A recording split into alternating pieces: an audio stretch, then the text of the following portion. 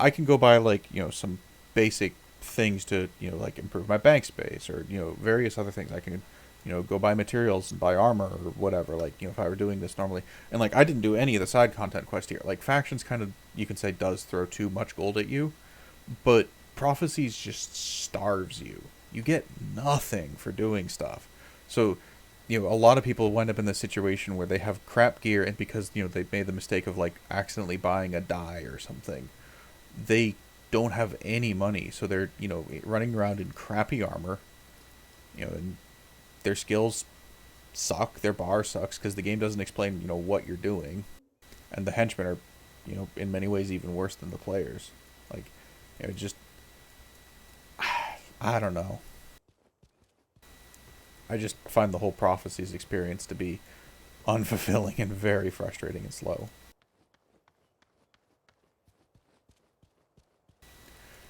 Yeah, I guess I can see that. But like even that though, like prophecies has a ton of skill quests, and most of the skill quests in Old Ascalon are profession specific. So like if you want to play with a friend, and one of you wants to roll a monk and the other one wants to roll an Ellie or whatever, unless you have overlapping secondary primary things, you're kind of gonna get stuck either waiting or around and doing nothing, or dragging your friend through a bunch of content that he doesn't have to do or care about either. It's just, let's see.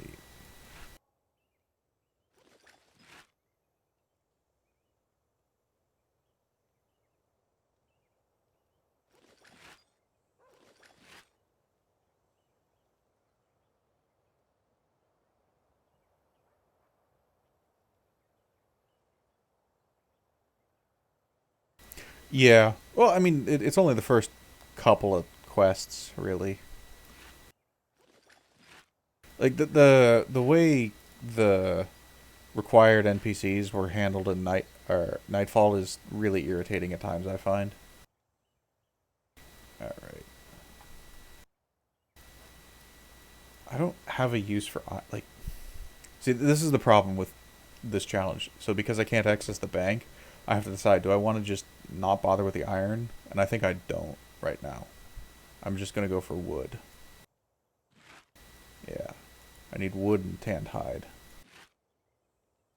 One wood plank. Yay! That's like not really. Well, okay, iron.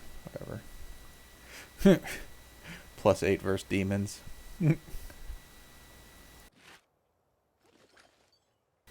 most of the stuff isn't even really worth salvaging. But I need wood and I need tanned hide for armor.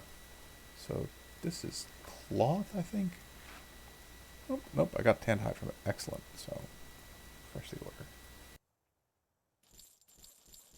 But yeah, I have to start immediately prepping for. Ooh, do I want that? That might be better than my wand. I think I'll keep the wand.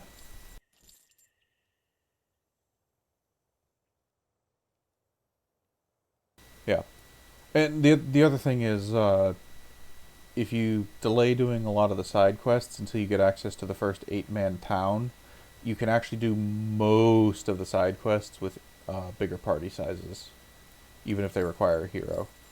So that alleviates the pain somewhat. All right, let's buy ourselves.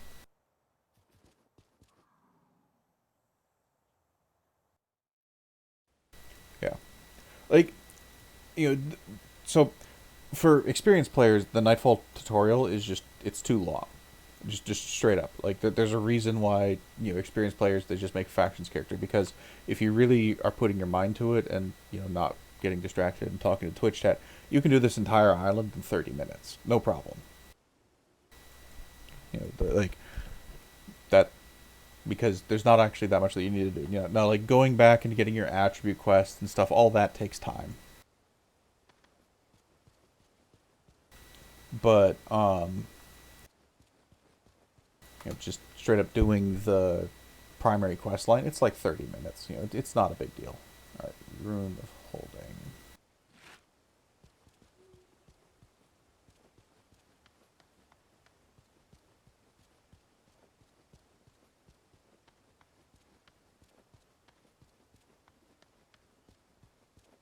Double drunk sounds like double the fun. Either that or, double the toilet.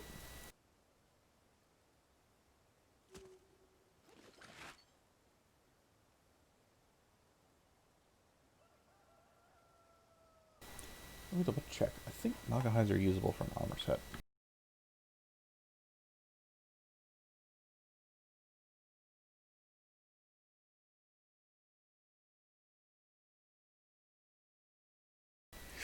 Eh, 25 armor. Don't care. Not really worth it.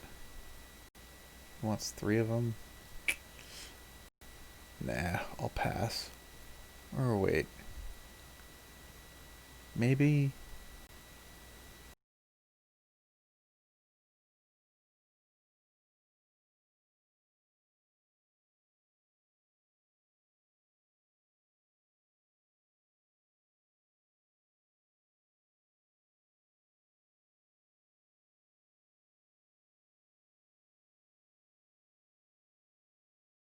Where is it?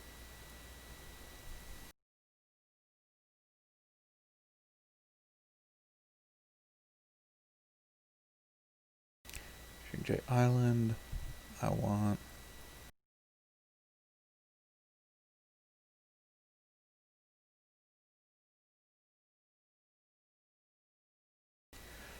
Let's see.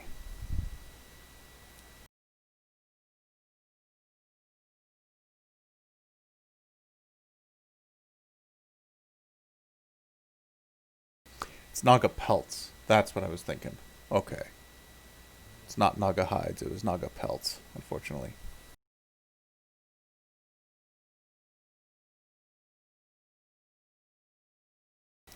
And I'm going to need the gold Crimson Skull coin. Which means I get to go down into the middle of bumfuck nowhere there. Enchanted vines. Kappa shells. Okay. Alright, so we got our work cut out for us here. That's not too bad. Yeah, well, I mean, like, the voice acting in all the games is just honestly terrible. Like, in Eye of the North, at least they started to, invest some actual money into making it not quite so awful, but it's still, like, it has more than a few kind of bad spots. Um,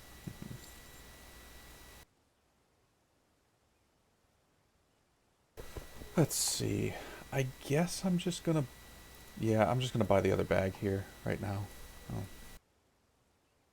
whoops.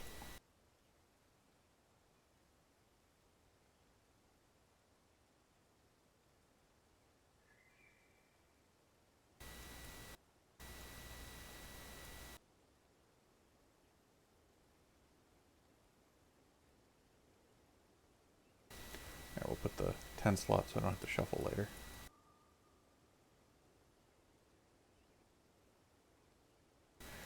Yeah, well, I mean, it makes for some good laughs, although, like, oof.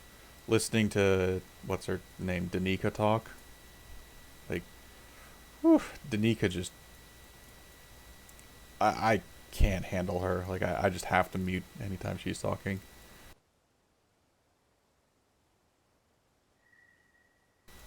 5 pack a day smoker meat. I don't even know how to describe it. Like, her voice acting is just awful. It could be worse. Absolutely. But I can't handle it.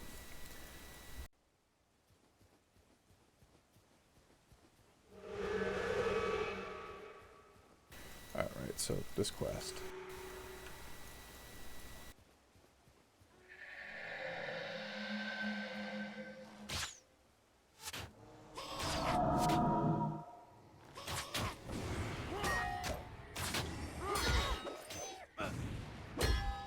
Oh, go away.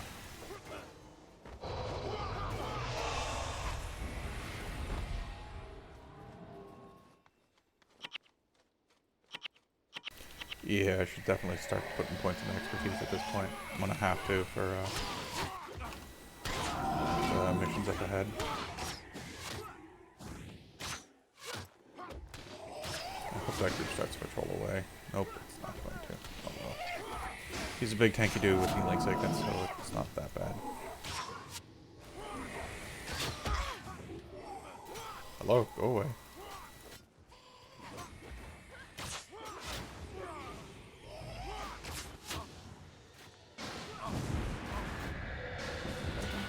Oh boy. Whew.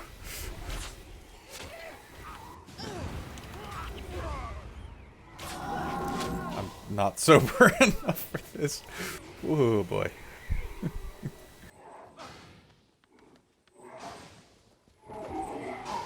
Come on, she's your big titty gothic girlfriend.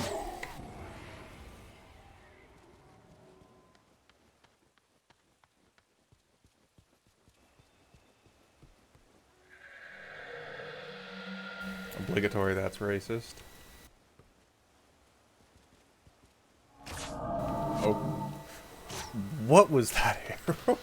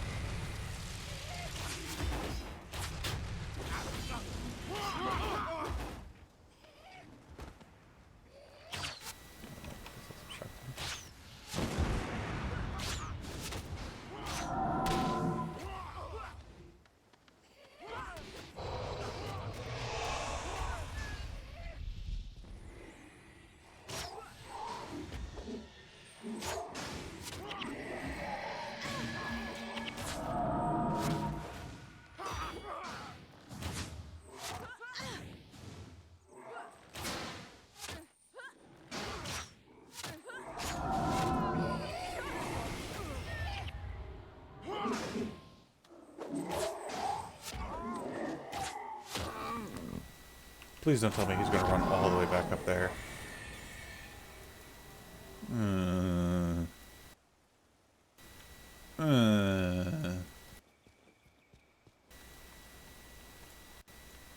Fucking escort quests. Oh my god.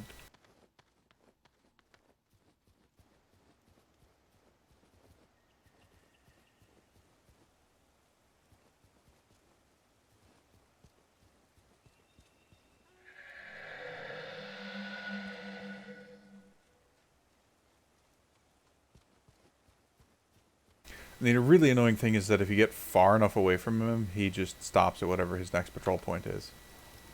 That's clearly going to shoot through that. Just not even bother.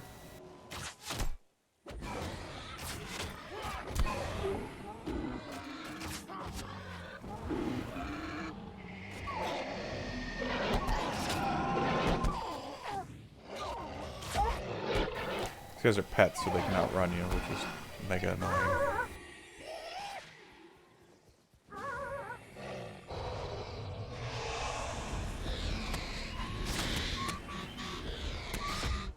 Fortunately, the imp's starting to get high enough level that when they pop Frenzy, it's starting to carry.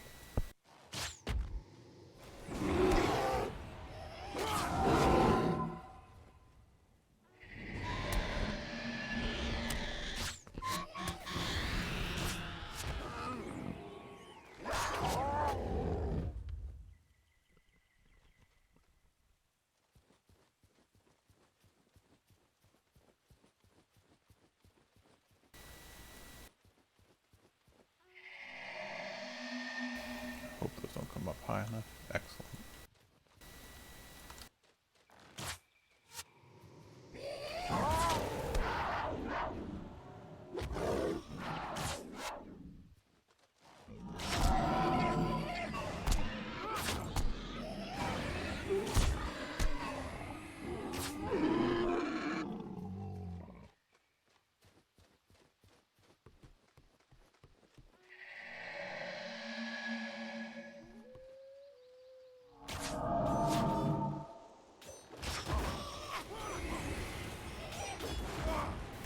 Suppose if I wanted to actually, pay attention to this, I could try to hunter shot the one that he's not attacking.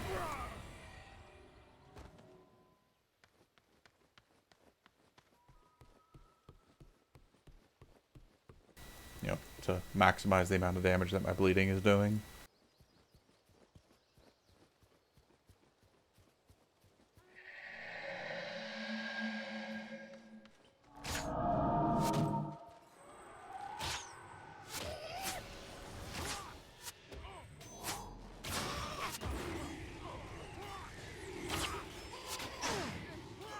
Interesting. Didn't play the hunter shot sound.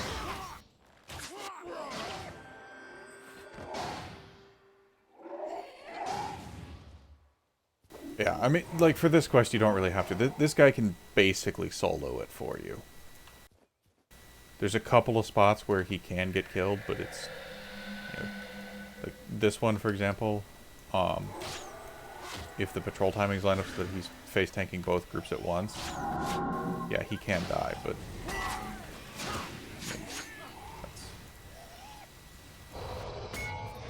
so, like, right now, this is kind of bad, but also fine.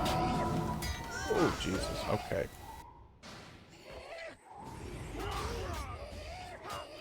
I'd have died on my shield set there, I think. Fortunately, there's a shrine close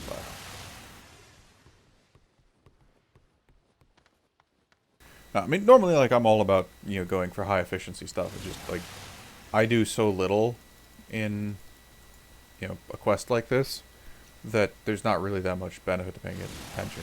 Also, it's, 1:35 and I'm not perfectly sober, so I don't know, I'm actually probably fairly sober by now, but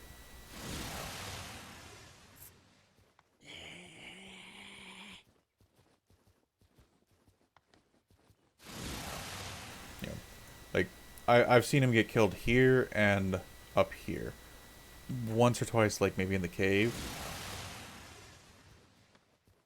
But, otherwise, nah. Yeah, like, this group, he can aggro both of them at once. And he does love jumping into that.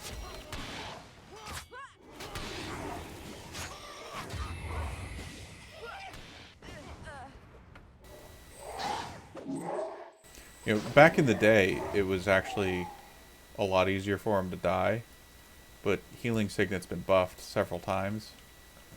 Okay, we're through. Yeah, you don't want him to run around and get aggro both of these groups as well. But, back in the day when Healing Signet healed for, like, I don't know, it's a lot less health than it does now, but the scaling on it started at, like, 40, now it starts at, like, 80.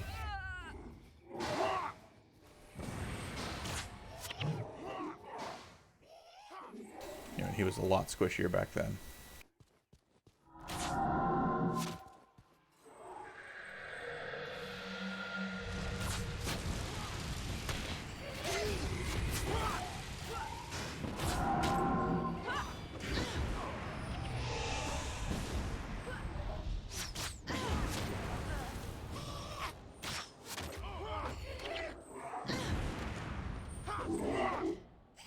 Like, actually, on the topic of DP, this is a good example of what I mean by, like, normal mode is more punishing than hard mode. Like, because I'm in a solo instance and I'm fighting mobs that are roughly my level, I'm getting a lot more experience than I would if I was playing with a party.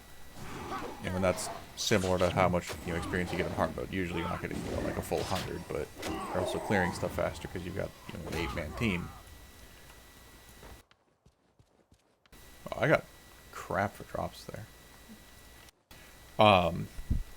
So, in hard mode, XP goes, you get a lot of XP, death penalty goes away real fast. But, in normal, if I were doing this with a full team, I'd still be at like 12-13% death penalty.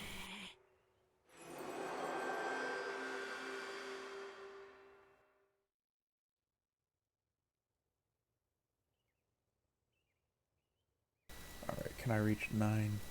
I think yes. So we're going to do that. This is a huge boost to my damage. Like, normally I don't like spreading points this much, but meeting the rec on this is gonna like quadruple my damage output. Let's see, wood.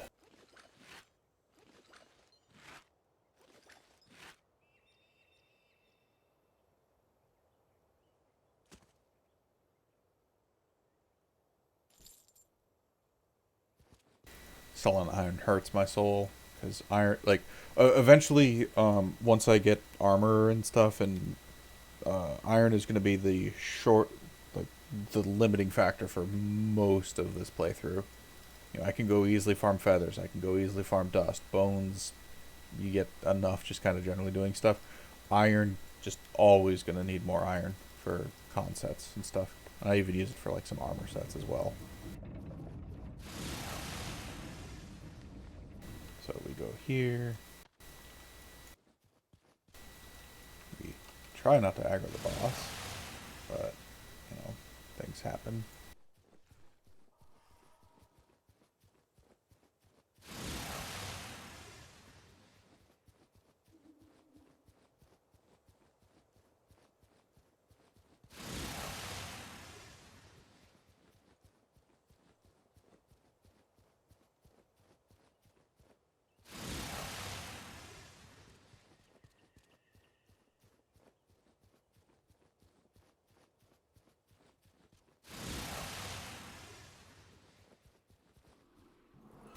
I don't know why I still have death check in my bar. I probably should have fixed that, but, you know, whatever. Do this.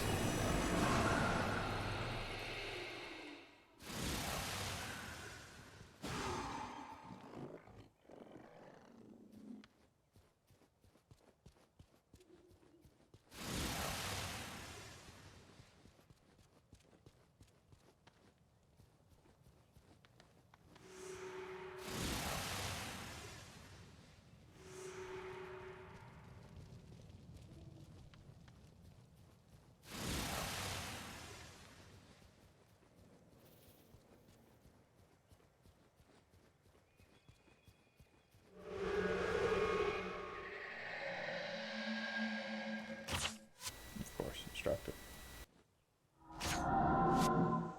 Dodge. Yeah, 41, 36. That's a lot more.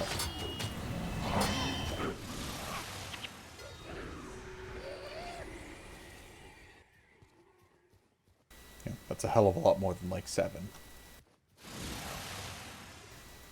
And the reasoning for that is if you don't meet the requirement on a weapon, for the most part, it's treated as a starter version of that weapon.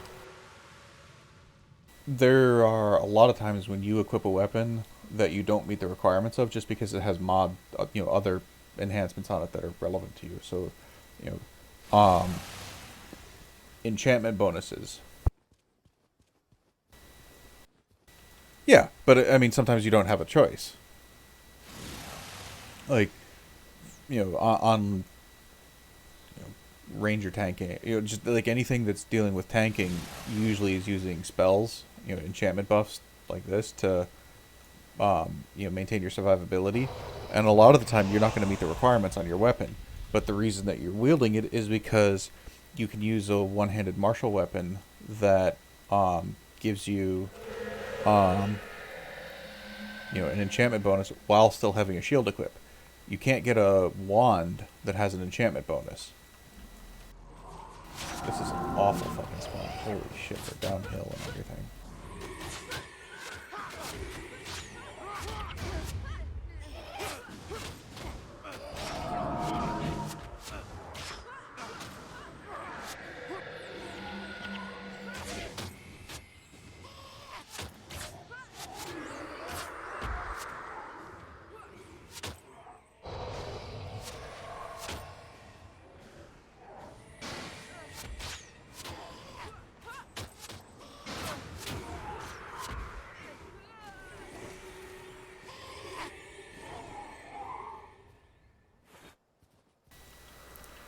No,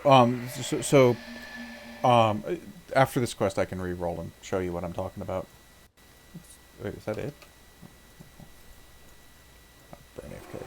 Alright, so here, let me like zealous daggers of enchanting, and then just a one-handed enchanting weapon, so I can use a shield with it. So, beforehand when I was, had like the 2 totem axes, that's a green drop that you can go farm in prophecies very quickly and easily. And it's a +5 energy martial weapon that also happens to have a 20% enchanting on it. For a lot of stuff, I think the +5 energy is a suboptimal mod, but it's still an easy way to get a one-handed enchanting weapon. And I need that for some stuff. Like, I can probably do it without it, but it makes it a lot easier to have it.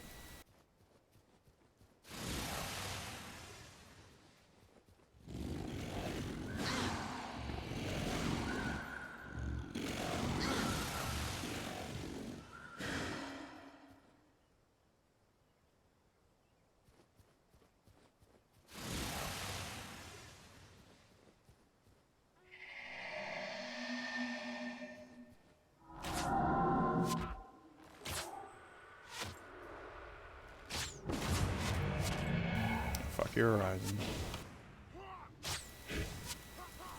That's another powerful thing about bows, is distracting shot.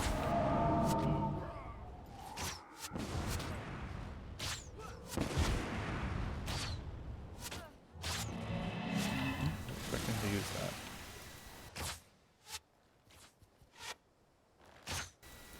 It's called shot sooner. Distracting shot is one of the most powerful interrupt skills in the game. Oh, I should probably kill that.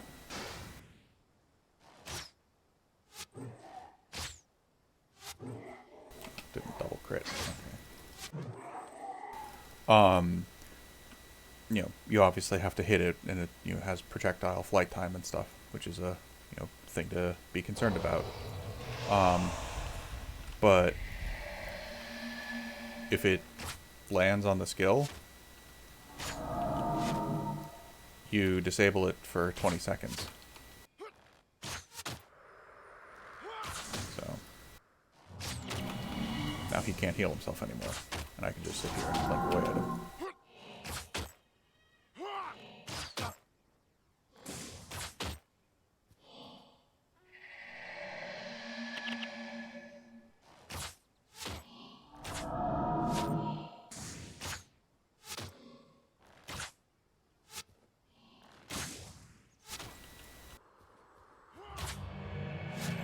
Oh, too soon.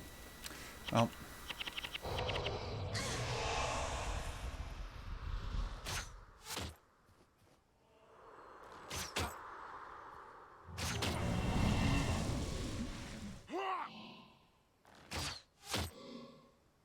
Oh, I should pop my fucking thing on. Sleep here.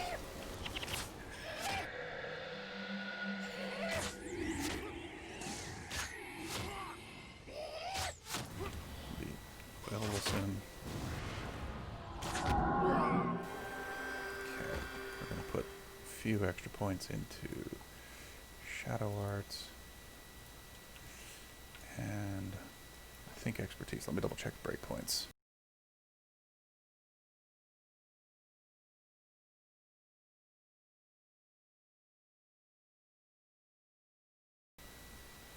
Yep, 3 is what I want. Because that gives me breakpoint on both my 15 and 5 energy skills. So this is why expertise gets silly. So Troll Engine normally costs 5. I really wish the tooltip updated actually updated, but notice, only cost me 4 energy. So that's a huge bonus. Troll Engine itself, whatever. But just it's the combination of that and everything else.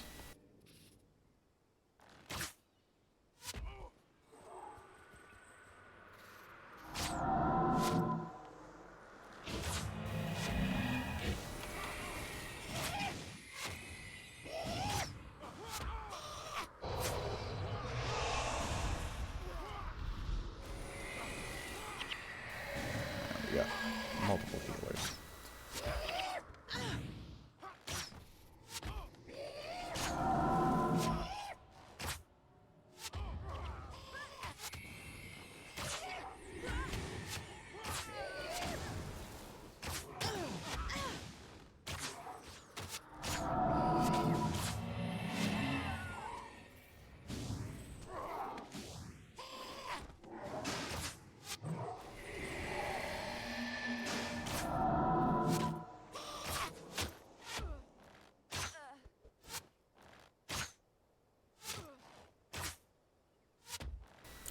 I don't know why these ones just don't attack you back if you're far enough. Well, like, I know why. It just seems silly that they won't move a couple of steps to attack you.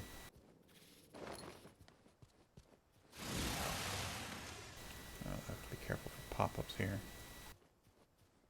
Ideally, what I want to do is I want to get down to here because there's a bunch of bosses and they can drop gold coins, and that's what I want. I need a 1 gold coin.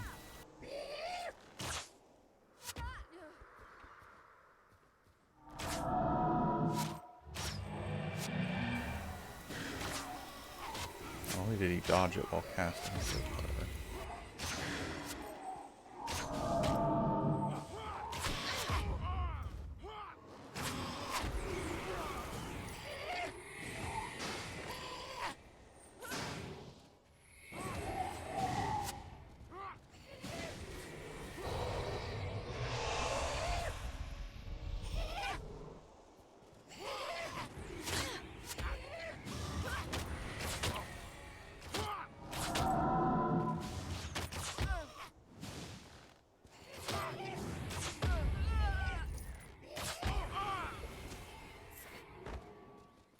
This is also a decent cloth farm, which is part of the reason why I'm doing it.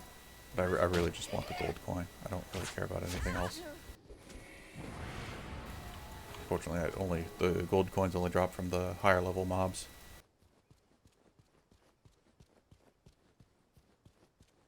But we'll do 1 run of this and then I'm gonna go to bed.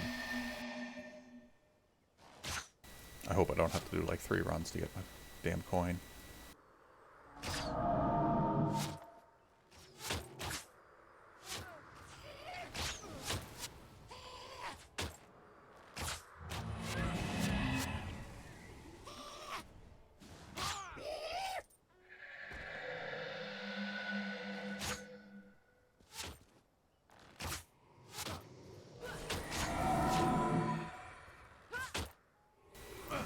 We're gonna let the imp finish that guy off. I'll trigger the bridge.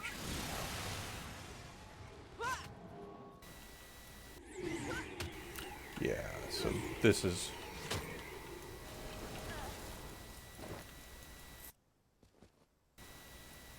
Let's see.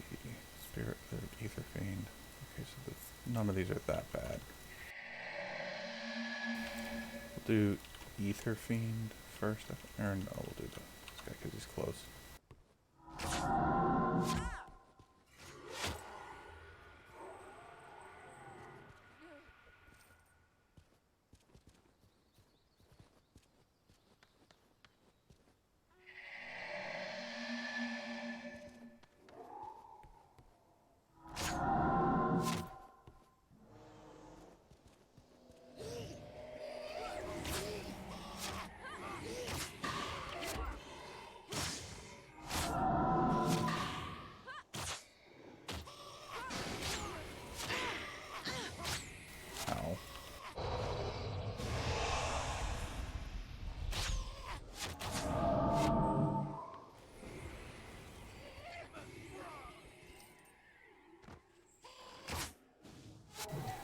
Ow. Any reason why I picked Ranger? Yeah, because it's Ranger. It's got the best combination of survival and you know, offensive stuff. Like I can do all sorts of stuff. I can degen stuff. I can get in there in the thick of things and use whirling with dagger spam or whatever.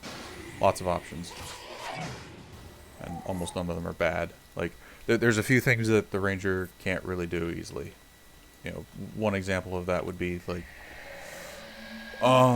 using hexes for, you know, completing some content. But for the most part, condition stuff is just fine. Okay. We're going to wait for that group to move away. You know, so what Shade was doing earlier on Assassin, you know, Zen Daijun, that mission, at low level, it's way easier for him. Most stuff is much better on Ranger, though. Yep, take care, man.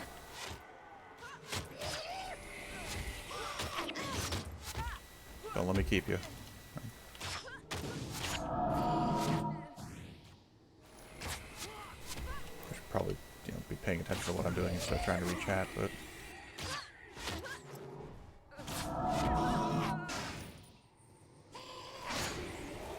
We get a silver one, but that's the mid-level ones.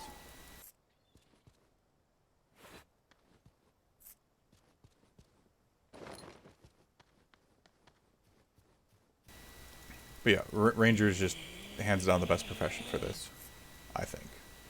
I mean, there are a few situations where Assassin or Mesmer has an easier time of things. The big upside to running an Assassin is you have multiple easy ways to maintain Shadow form. You know, you can go Assassin Ellie with Glyph of Swiftness, you can just do Deadly Paradox. And there's multiple ways to sustain your energy.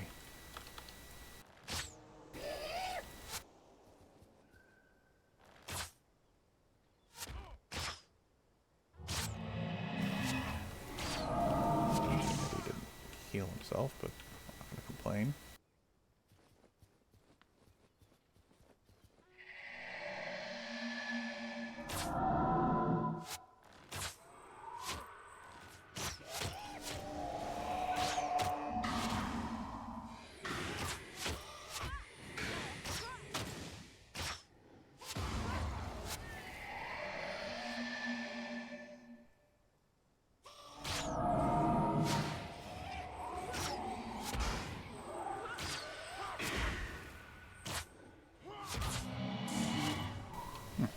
Interesting timing.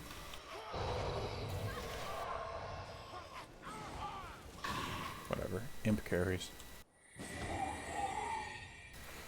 Oh. I don't actually want to kill any of this stuff, it's just I have to get access to this boss. Because I need to fight him kind of out in the open. I ideally prefer to have the Ether Find out there.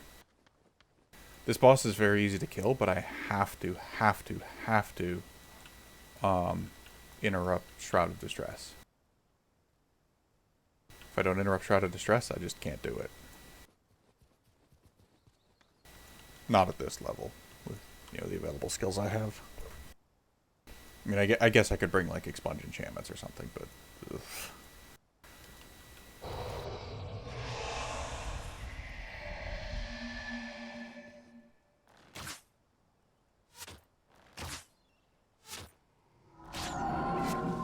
Of course, that's a dodge.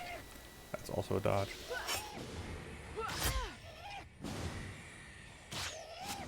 Fortunately, it will only use Shroud when it gets below 50%.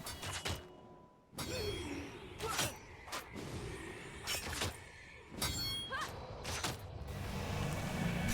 I was a little slow on that.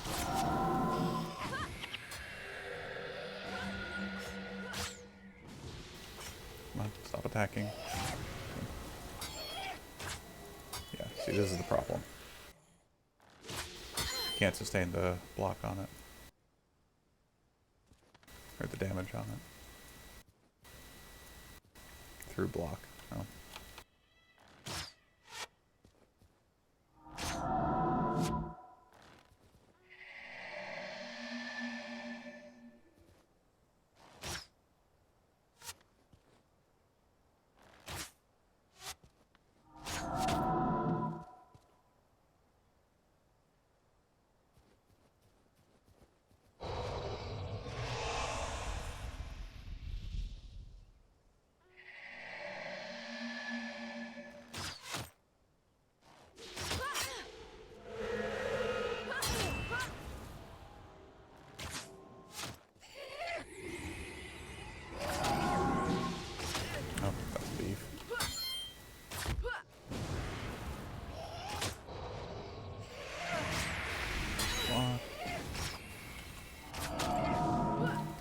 I hit him, so I might be able to kill him with the knife.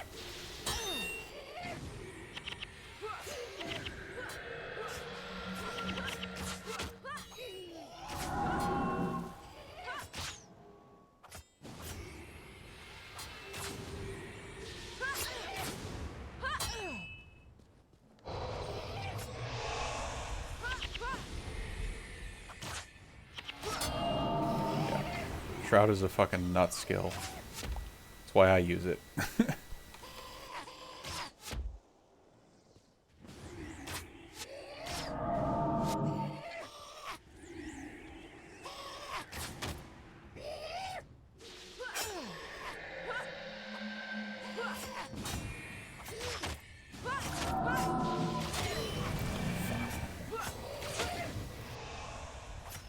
I'm too tired. Dude, can I just hit him? Keep the poison on him, please. Alright.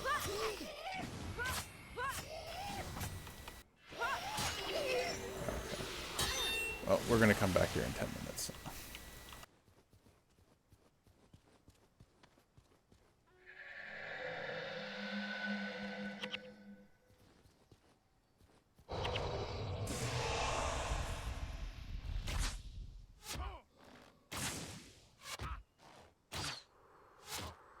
Just gonna out pressure this guy.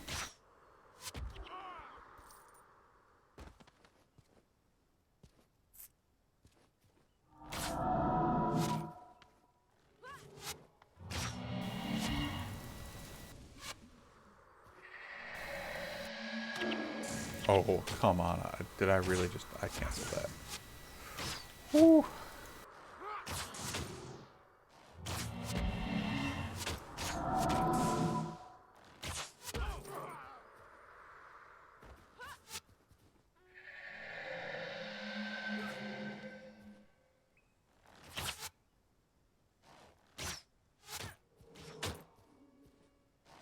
Wait. His normal attack doesn't hit me there, but the called shot, which goes even lower to the ground, does. Okay. I mean, I don't want to call bullshit, but, bullshit?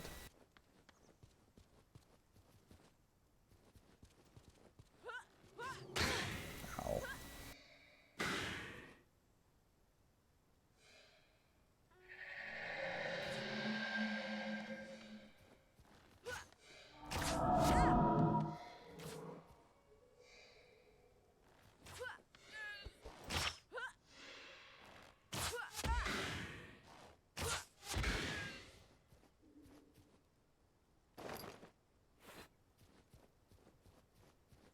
There's gonna be pop-ups here somewhere, if memory serves.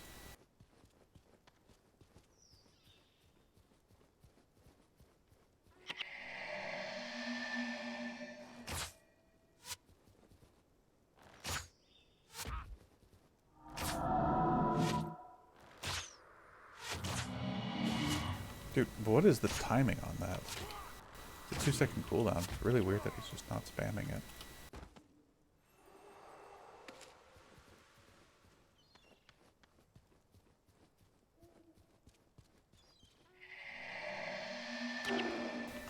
Yep.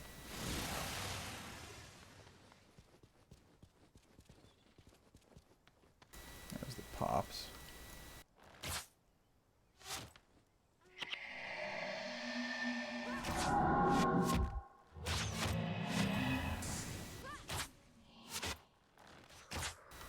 Was not expecting the first shot to miss, so I threw a fucking distracting shot.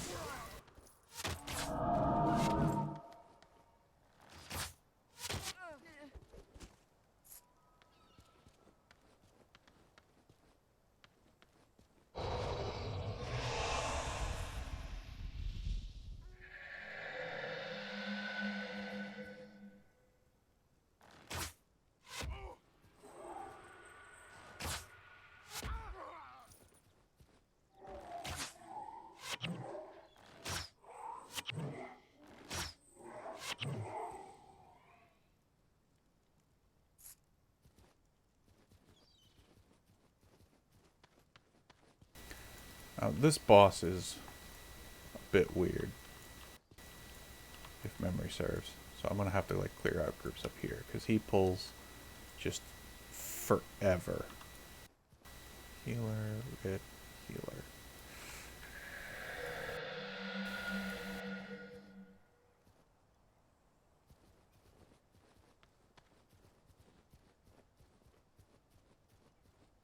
We'll kill the spirit lords over here first.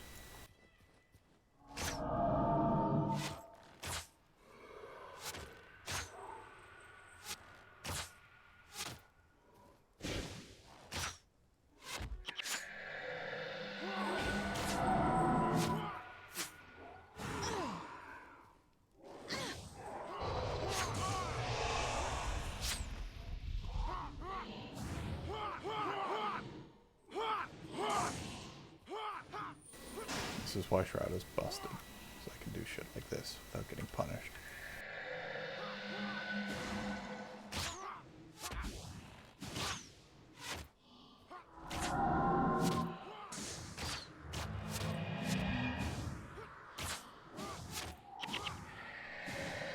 Jin disconnected from LOA.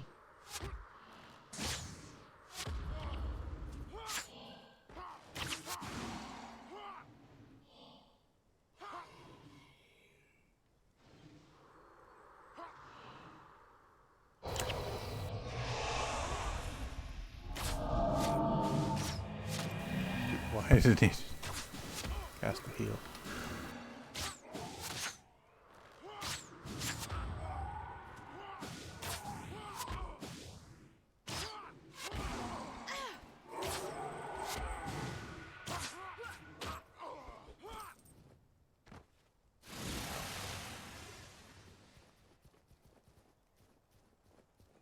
Don't think I have to kill this group.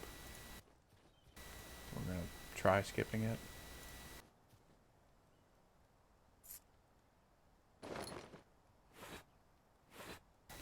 Cloth will keep for the moment.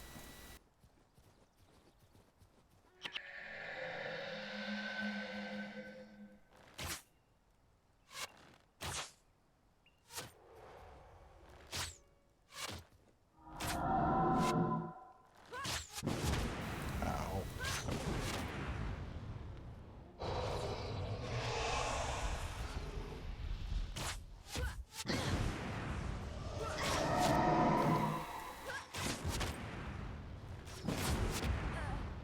Hey, that's what we wanted. Let's put that behind something so we don't accidentally sell it. And just for giggles, we'll try to kill the warrior boss and the assassin boss.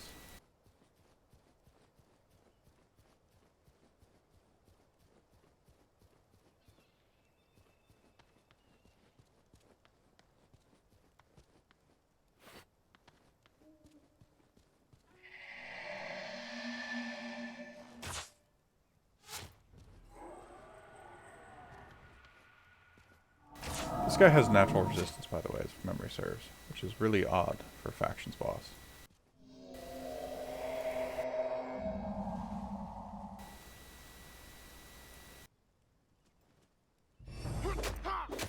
And he hits hard.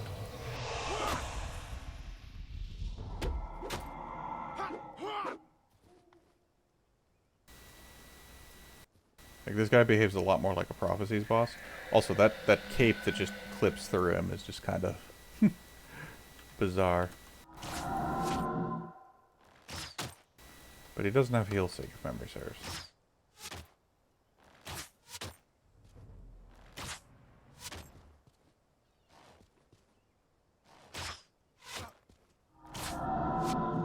Of course, it's a dodge. That's also a dodge.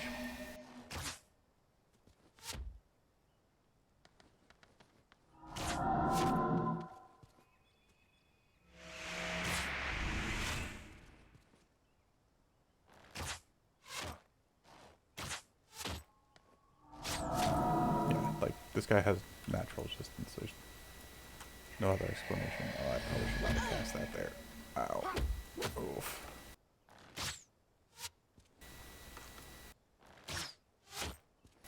We're gonna shroud. Get pansies about it.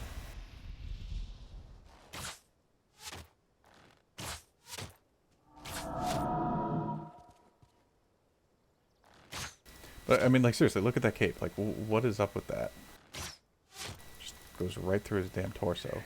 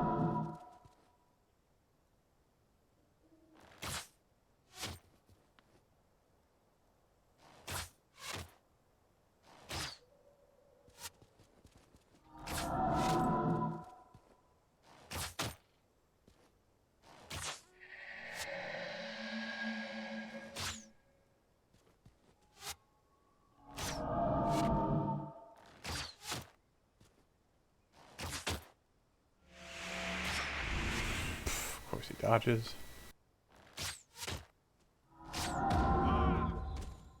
Dude, and he drops a silver? What? Alright, well, let's see what kind of juicy stuff we got on our axe. That is almost, wait, is that the... Yeah, that's the cool looking skin. And it's 20% below 50. Whew, that's kind of feels bad. Alright, let's grab these.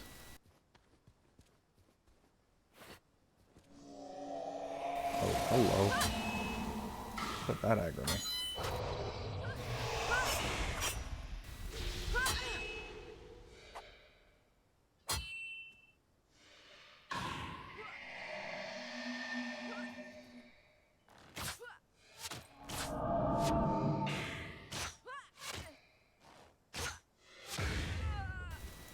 Bolt of linen.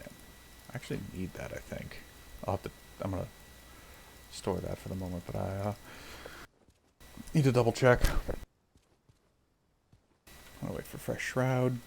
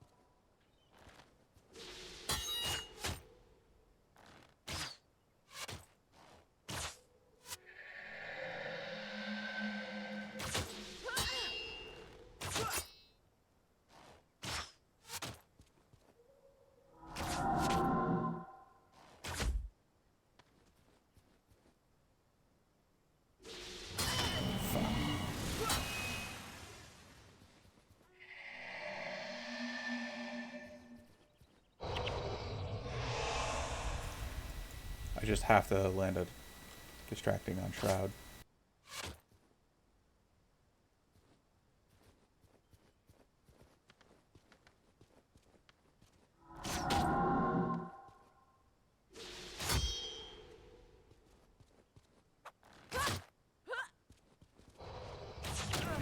Okay.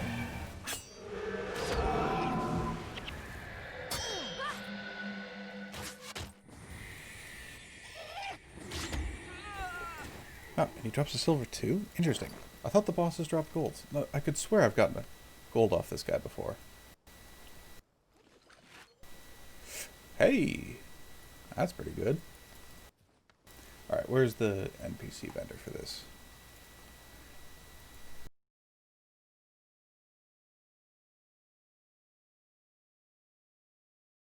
This guy is in Daijun Lagoon, along with all the other ones. Okay, good to know.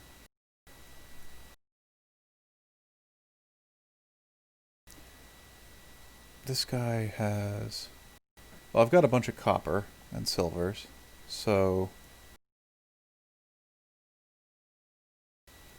This is a good stopgap for the moment. This guy is located up in the north corner here. We're just going to run up there.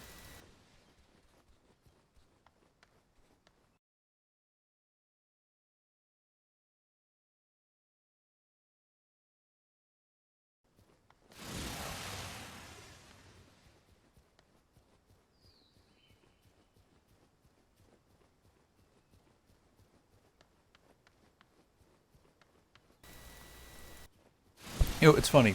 Copper coins, there's two collectors that collect 3 each. You know, they collect the same number, and one just gives you better stuff. It's just, like, that's so weird. Like, why is that a thing?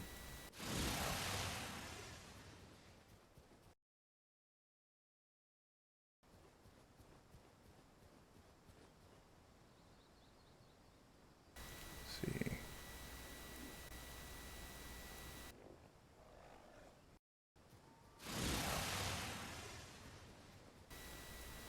He's... Oh, I should probably just... Yeah, I'm on that back. That's way faster. Because this guy in the peninsula, he sells you know 35 plus leather, steel, and the other one is 20 armor less. It's just weird. Oh, right there.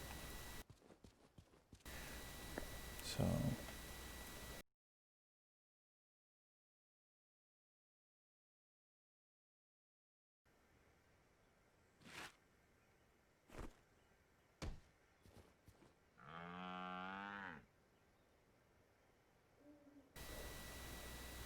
right.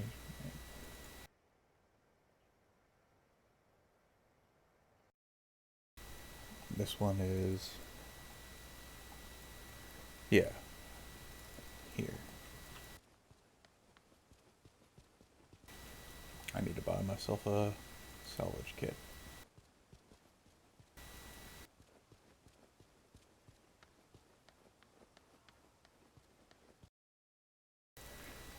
That's an excellent pop for basically the first rune I've gotten.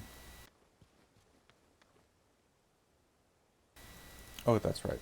This guy doesn't have expert salvage kits because he's a new island and see.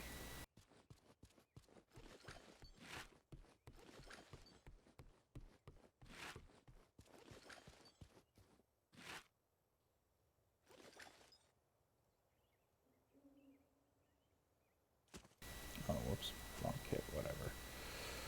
I'm gonna need more anyways. So.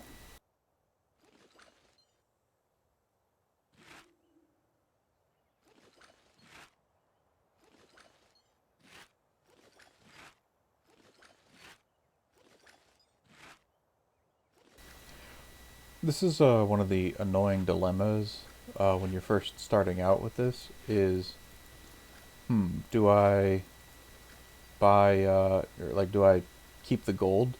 Because you're so gold starved, but you're also massively material starved.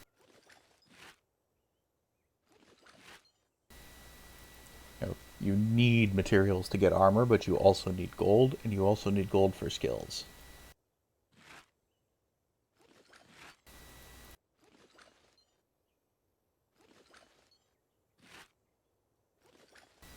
So the iron. Oh.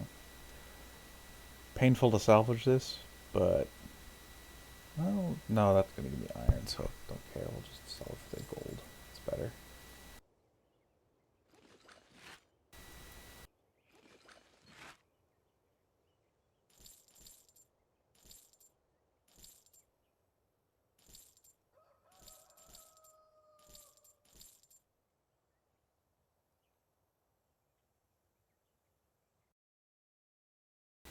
And I have no further use for copper coins, so do that. Oh, I accidentally picked up an eggnog. Whoopsies.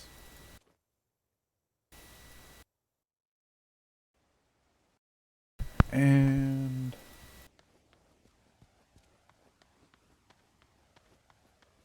alright, let's go to Seating Harbor. Get the next piece of armor.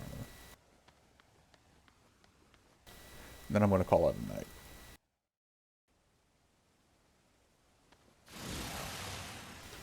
I should load an actual running bar for this. So I do not need marksmanship.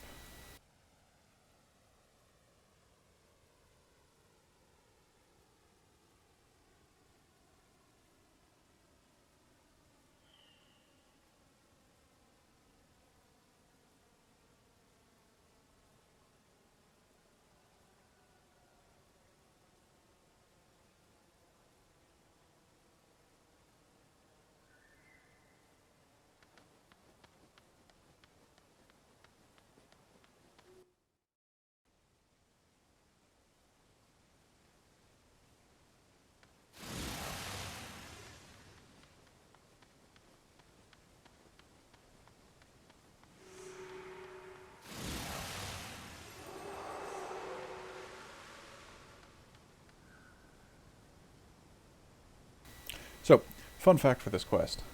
If you talk to this guy, he moves and then he can die. Or you can just not talk to him Run to the end anyways, because it still triggers the end.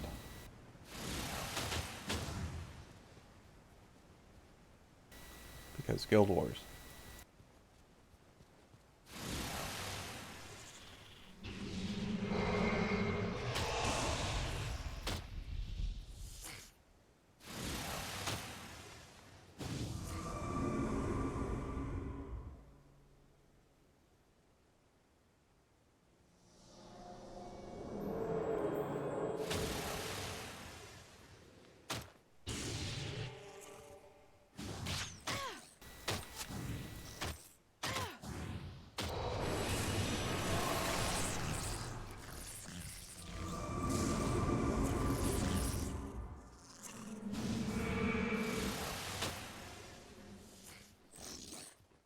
So quest is telling you to go back here.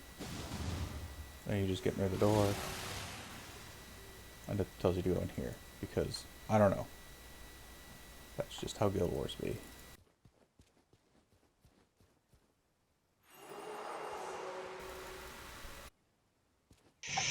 Oh, Bruh. it's so cute. No, the red squirrels are cuter, I think. Grauer Eichhörnchen. Sorry?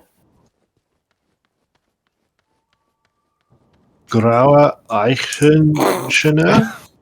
Well, if we ever don't need know. proof that you're not German, we have it here. Just to say Eichhörnchen.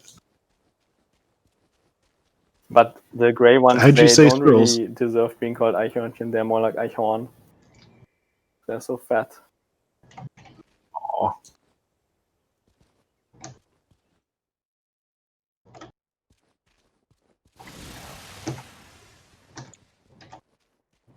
What's an Eichhörn? There's a big squirrel. Oh, yeah. The word Eichhörnchen uses the... I don't know how to say this in English. Like a small form or something. Like you have Chipmunk? Puro and Burrito. And I think you're talking I mean, about if you're chipmunks. I'm not familiar sure. with Spanish, right? They have a something and then a small something, and they do it by adding a Oh, syllable to Ito. the word. Ito. Yeah, and in German it's Chen. So Eichhörnchen means small, well, Eichhorn, but Eichhorn doesn't exist as a word. What is a canine? Also That doesn't exist. also doesn't exist. Canine sounds like dog. It's a giant rabbit. Giant, massive. Alright, we spike in 3, 2, 1, go.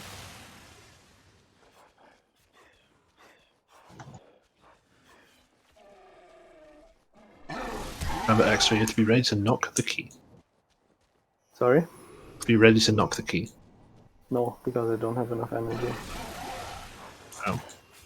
And I'm not going on my high set and dropping to 5 energy to knock the key.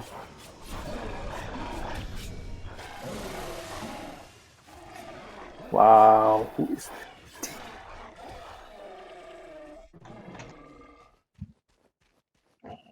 quite the player, I must say. Oh, me.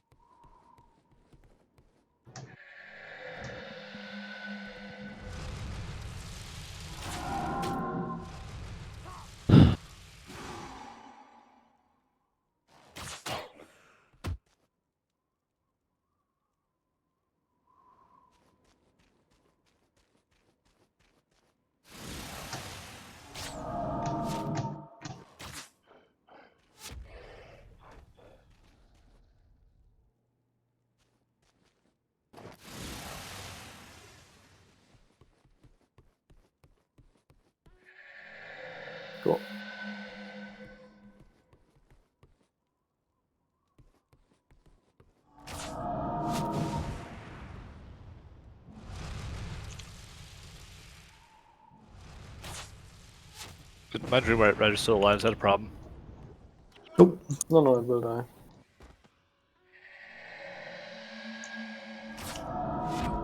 Remember not to take quest back, fire.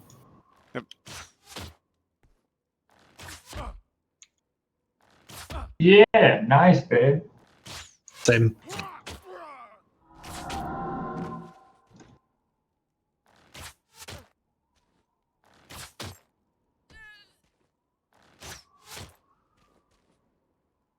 Wait for the guys in the back. Waiting. Don't break the Margus yet, you're breaking too early. Alright, it's fine.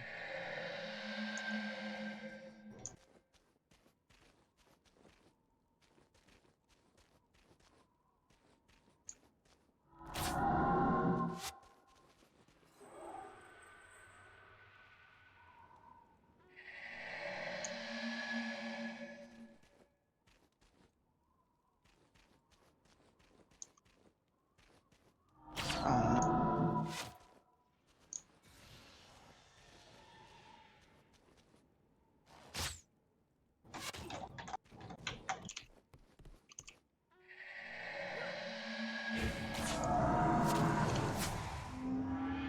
There. Can't. Can you get me up?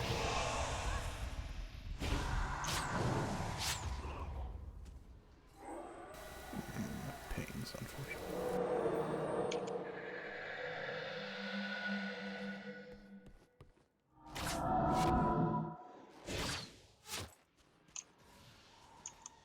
Oh, Sentinel, what happened there? I wasn't watching. I sealed. Oh, you talked about that.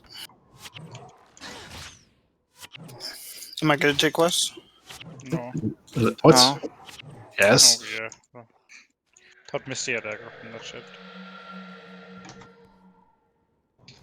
Why would I have aggro?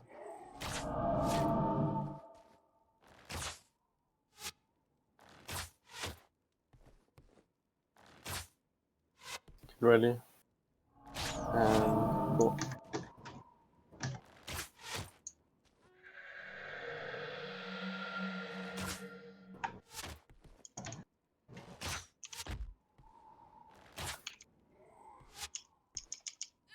How was your seed timing there? Because I think he died pretty quickly. He died without. Well, there was no seed because Sentinel wasn't in the ball. Well, no, Alright. my seed was late. I think he was taking some hits. Okay, but Drop down and Wow. poke me if you need me for a run.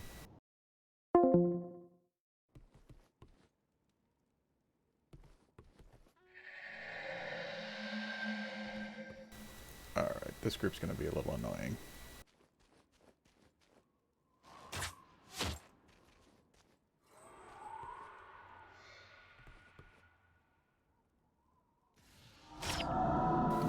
Okay, what was that shot?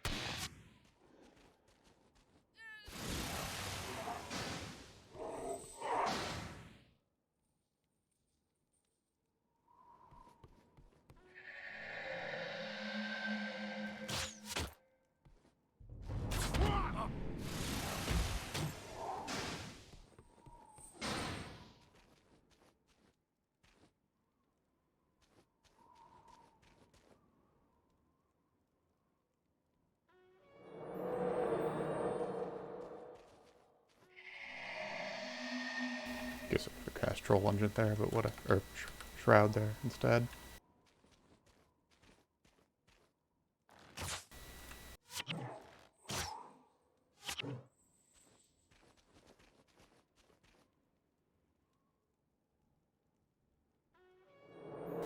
Prefer to save it till I actually need it.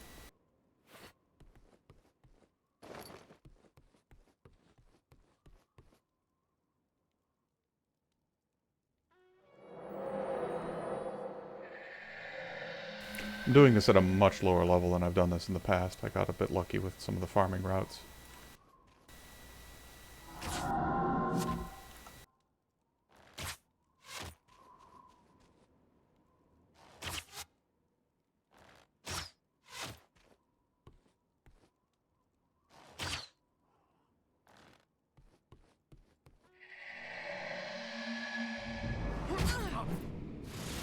Ow.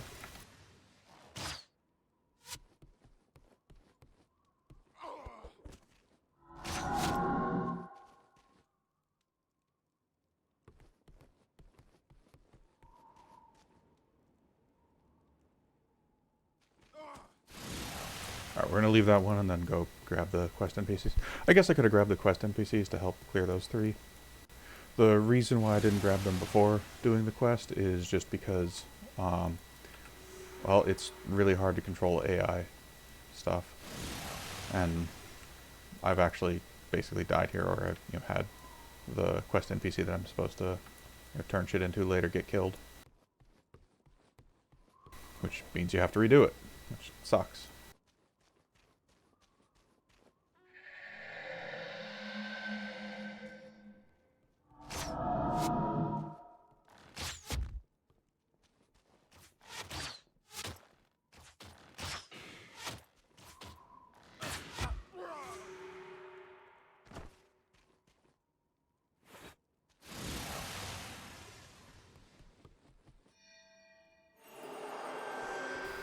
Okay. We get 10 points. Let me look at some break points real fast. It's going to be 4-5 for expertise. That does give me a benefit, though. I think I'm going to do 2 points in expertise here. The alternative is I do... Let's see, can I do... No, I can't. I can't do 3, 4, 5 in Wilderness or Shroud.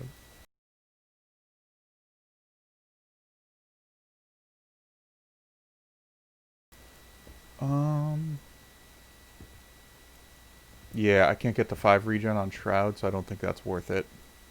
I'm at 4 now. I think expertise is just my best bet here.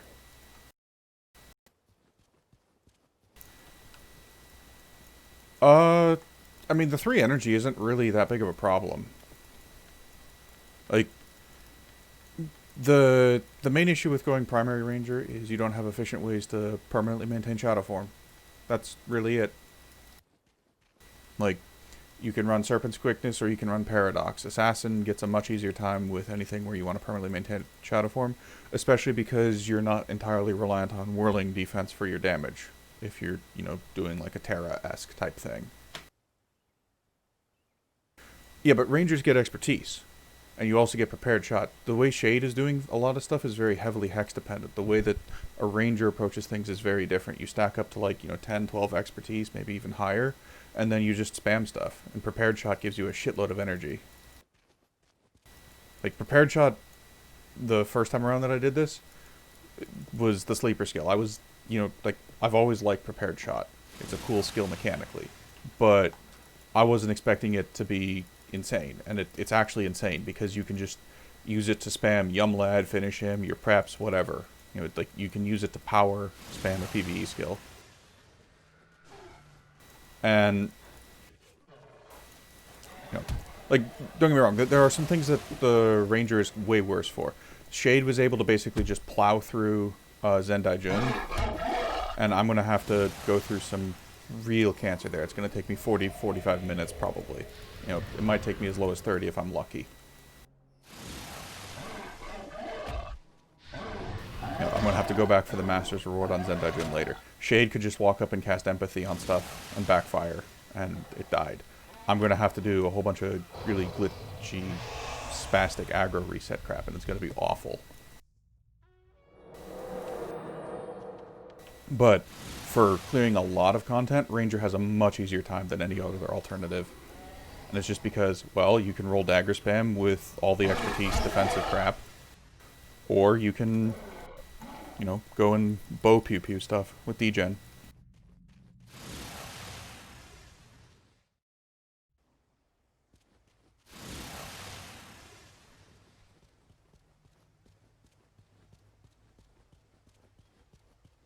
you know, rangers for, you know, bows for general PvE are pretty crap. For this, they're actually kind of great. Alright, got double mesmer over there. That's...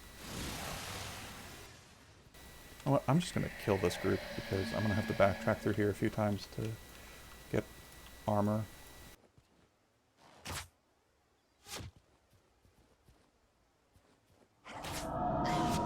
Of course, it's a dodge. Draw back to flat bows.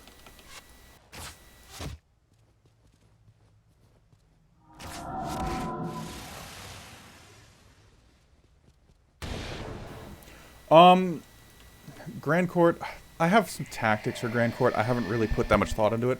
Golem, I've got tactics for that work. It's going to be a pain in the butt because I don't necessarily have all the gear, so I'm going to have to change stuff a little bit. Golem I can do. Now, Grand Court was absolute pain in the ass. I never actually bothered finishing Prophecies, but honestly, that's not hard.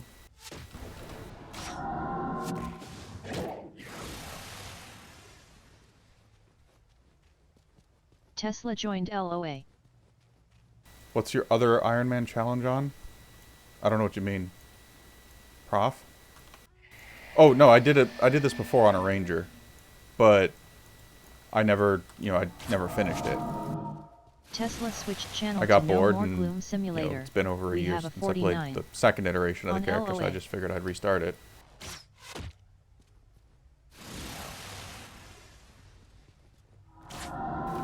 Jesus, how Dory joined I LOA. hate flatbows so much.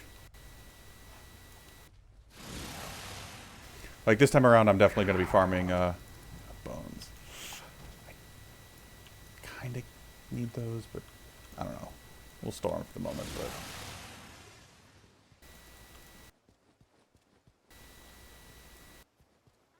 Oh, this is going to be awful. 'Cause these are all one group, I think.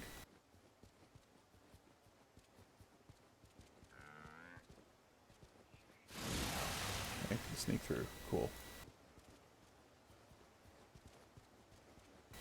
I don't know. If you're doing like a true solo challenge, I think the best two professions for it are Dory Ranger switched channel and to then No either More Assassin Gloom or Simulator. Mesmer. We have a And I think 49 Assassin has a slight edge on there. LOA. It's not much, but it's an edge.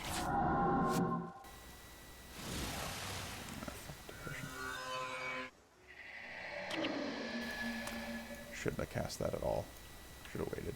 Whatever.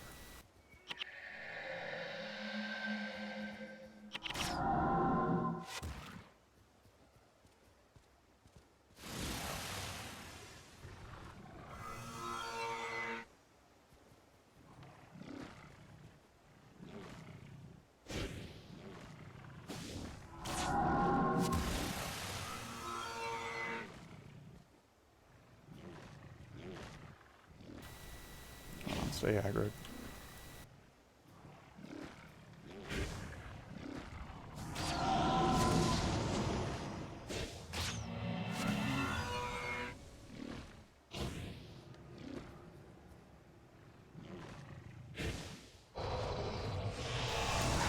Jesus, that skill hurts.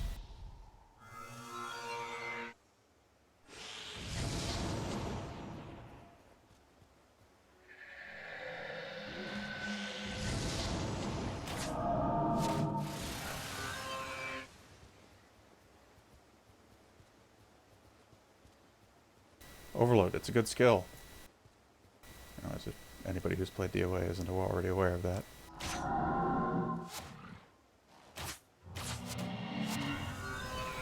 It's like, oh, the flight time on flatbows just drives me nuts. I don't need that many fucking roots, I just need like one or two.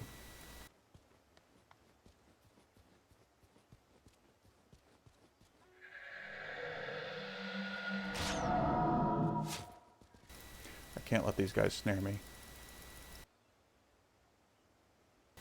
Not in starter armor. No, I mean, once I get a couple of extra pieces, like, it'll be a lot less of an issue.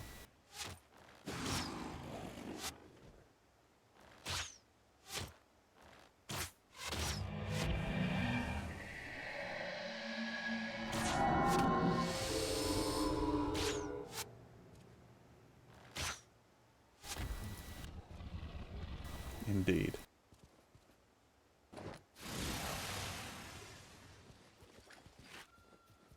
It would be kind of funny if the Twitch integration actually worked with Twitch emotes, but that would require like custom icons and stuff.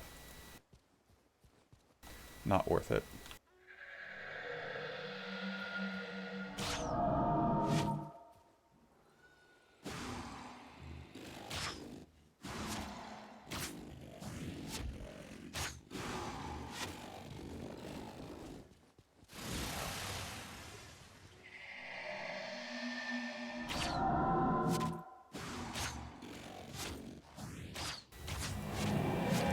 Should just instantly cast that.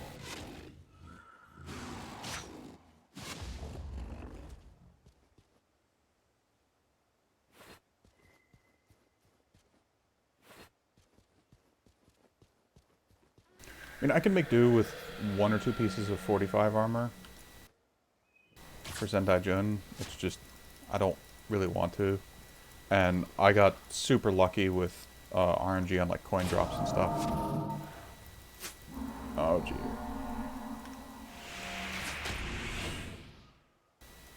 We're gonna snare that. But it's stuff like that where you can just walk away from stuff as a ranger. That makes it really flexible. You know, and you have access to just so many different ways of doing things.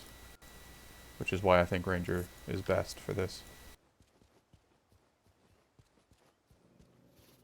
You know, on the tutorial island, the only speed buff you get is dash or sprint.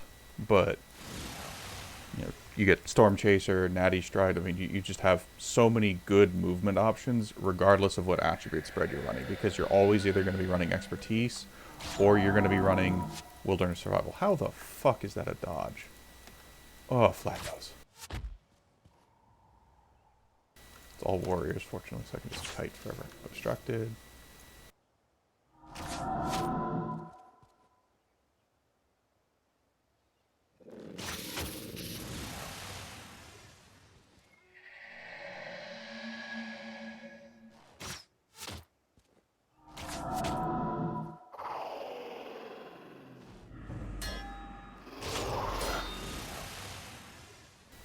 These guys like chasing.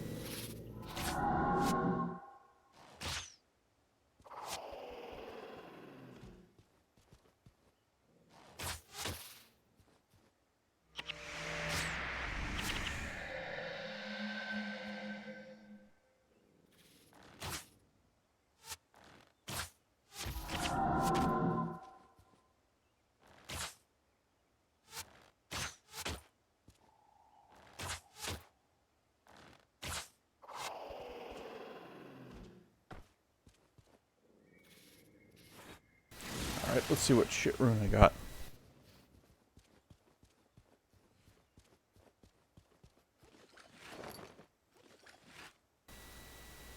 Stormbound is almost usable.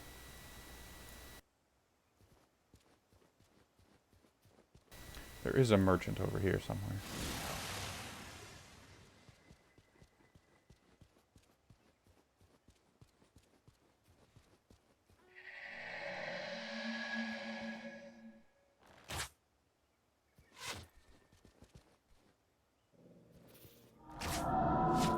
Yeah, anyways, back to, like, the whole beating campaign stuff. That's a nice prison.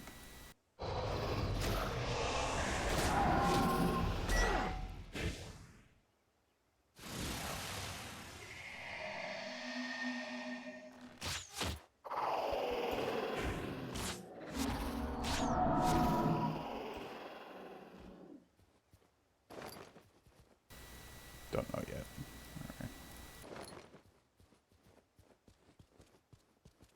Alright. Factions, the main issue is going to be Raisu Palace. I have tactics for it, but I don't know if they actually work yet. I'm going to have to do some testing later. There's a couple of other things I can do for that, but just overall factions is going to be... Ugh.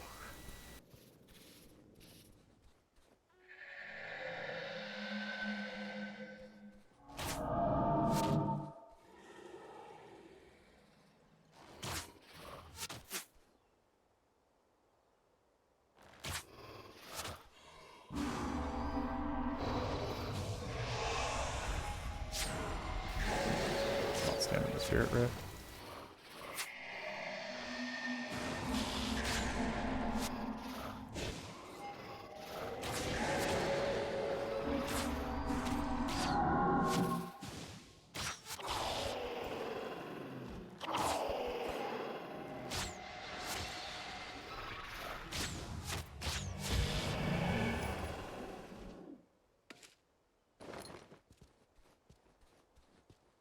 I don't know. Eternal Grove is going to be another one of those where I've got an idea, but I haven't really bothered to flesh it out because it's not, strictly speaking, required content, and it's not going to be pleasant. I mean, just being totally upfront, it's just going to be a shit show, no matter what, even with like full cons. That is definitely not one of those missions that's designed to be, doable without a full team. Well, none of them are really, but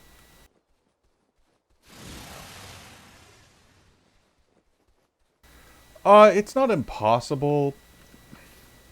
So there's a couple of tricks you can do with the Luxins, but the issue is that most of the stuff comes in like the Luxin waves come in on timers. It's not based on when individual waves die. That's the problem.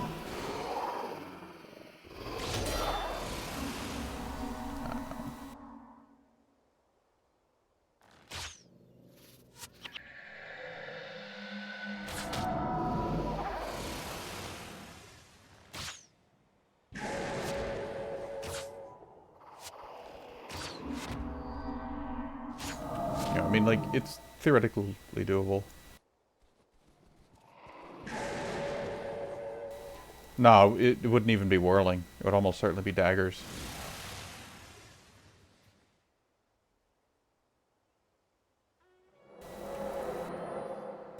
Can't do enough damage otherwise.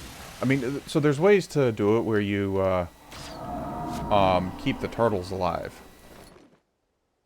But I need to do more research on it. Because what happens is, if you keep stuff alive, it teleports inside and helps you fight the afflicted. And I've experimented around with that for a mission record before. But the behavior of some of the groups is really... It's not like it's inconsistent, it's just I haven't quite figured out what the actual scripting triggers are. Because there's some goofy stuff going on. It also doesn't help that the spawns for that mission are incredibly random. Like, the locations that they can spawn are, they're like an aggro bubble in width, but they're like 2 full spirit ranges wide, or like, long. So like, you can have, you can be standing in what you think is a good spot, and the stuff just doesn't spawn near you. And we ran into that a lot when we were trying to get a 11-minute mission record for it. Fox with like 4 disconnected people. from LOA. Because you get afflicted spawns that have the mesmers in them, and then you get snared when you try to run in and kill them on a Vosterv. And you don't really have space on the bar for death charge. Oscar Because you disconnected take from a shitload LOA. of damage if you get LEs. Tesla disconnected from LOA. Dory disconnected from LOA.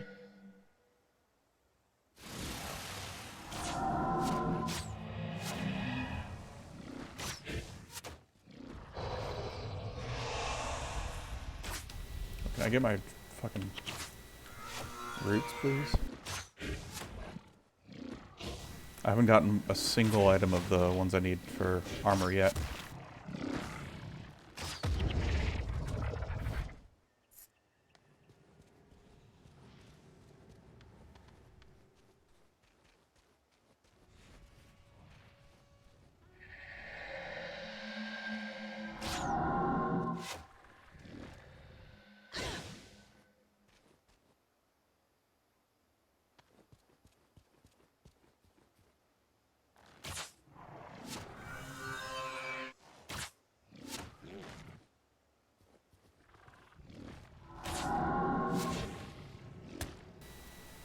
That's right, these guys have fucking apply.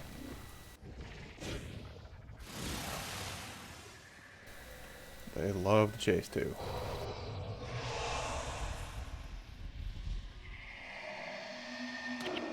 Oh, pfft, that was not the cancel cast.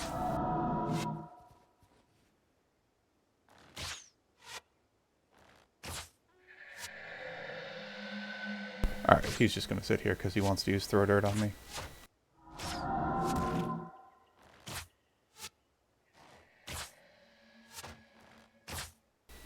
But yeah, no, the strategy is definitely not block chest.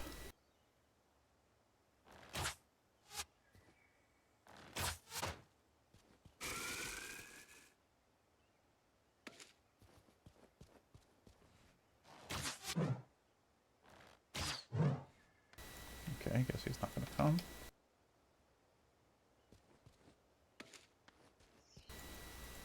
Guess because he didn't create the spirit.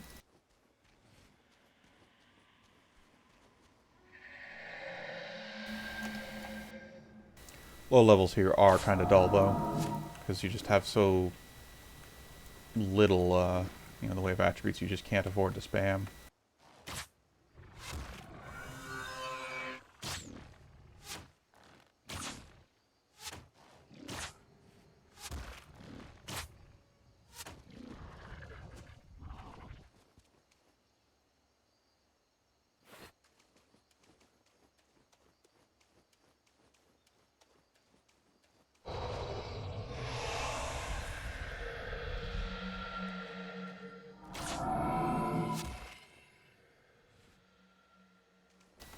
This guy's a pain in the ass. As I recall, he actually does do double damage. Yeah, he's hit so fucking hard.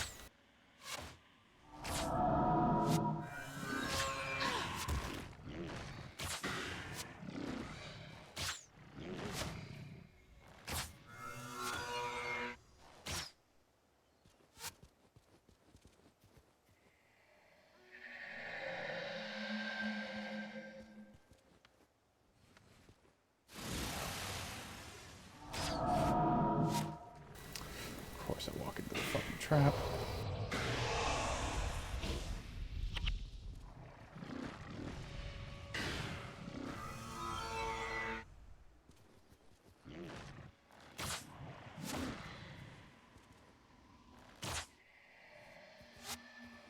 I should probably just kill the fucking roots first.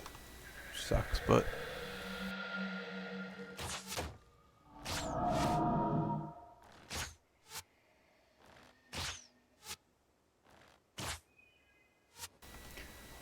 Dodge. This fucker can dodge. Must have watched the movie. Hey, Enchanted Vine. Let me double check how many more of these pieces of shit I need.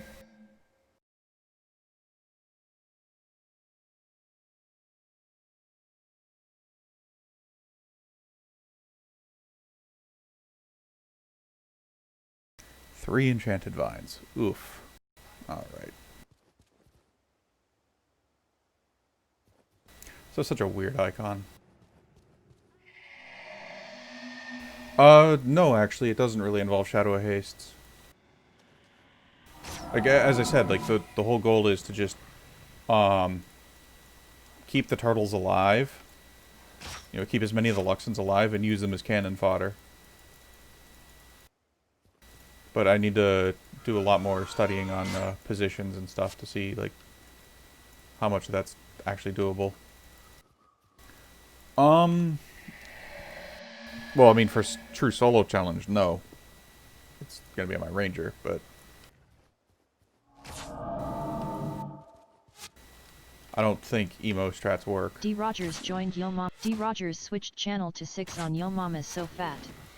I mean, that might for, like, a mission record. But... I definitely need concepts or something like that.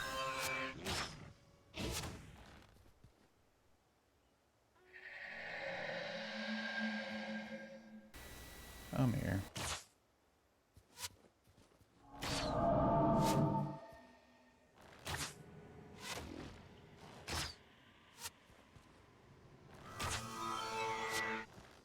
Fucking tree.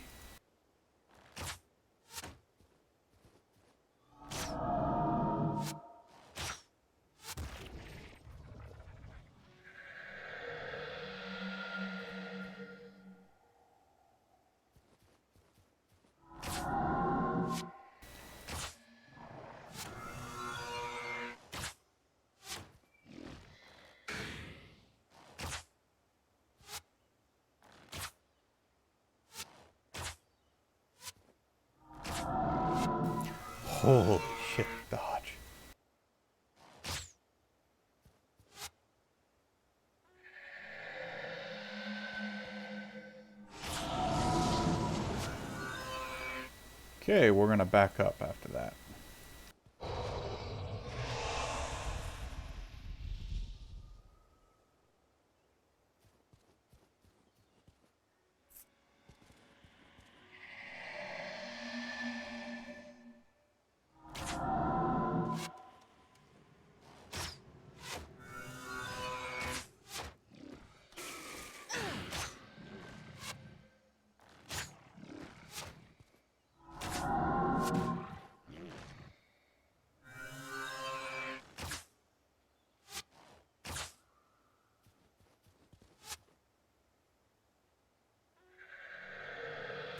The only thing is that with boss regeneration, bleeding isn't enough to just keep him ticking. So I have to constantly be keeping poison on him. Poison alone will kill him eventually, but that's gonna be real fucking slow.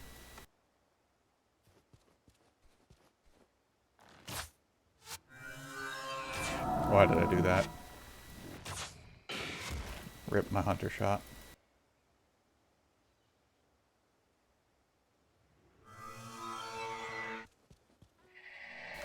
Nope.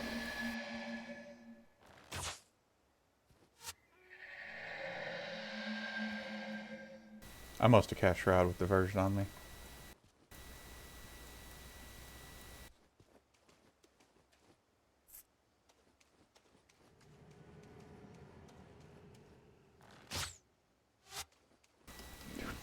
How does that miss?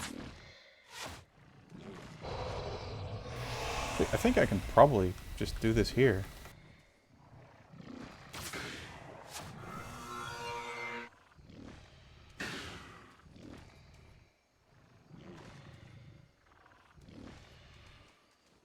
Yeah, we'll just do this.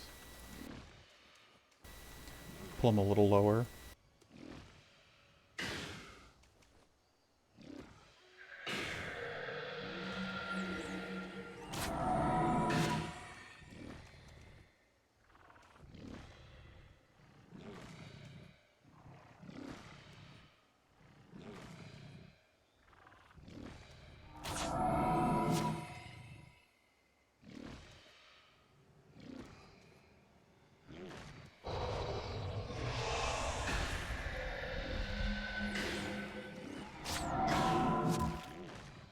I think I can just face tank him with Shroud up.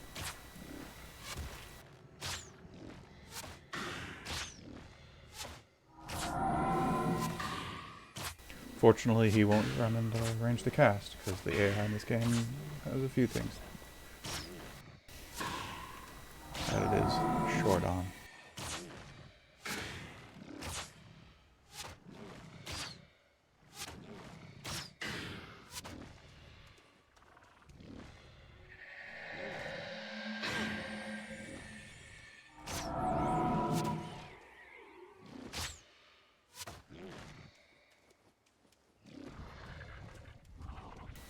Spiritwood planks are not what I wanted.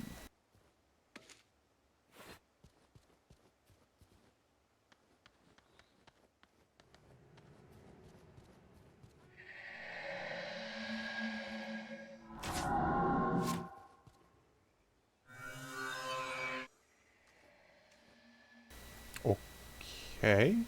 Just not gonna follow me? Sure, why not? Somehow bad aggro.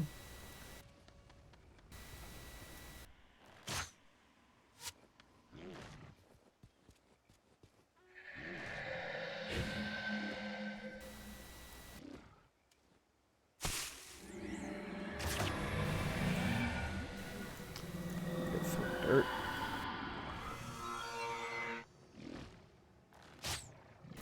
But at least I don't have a ply on me.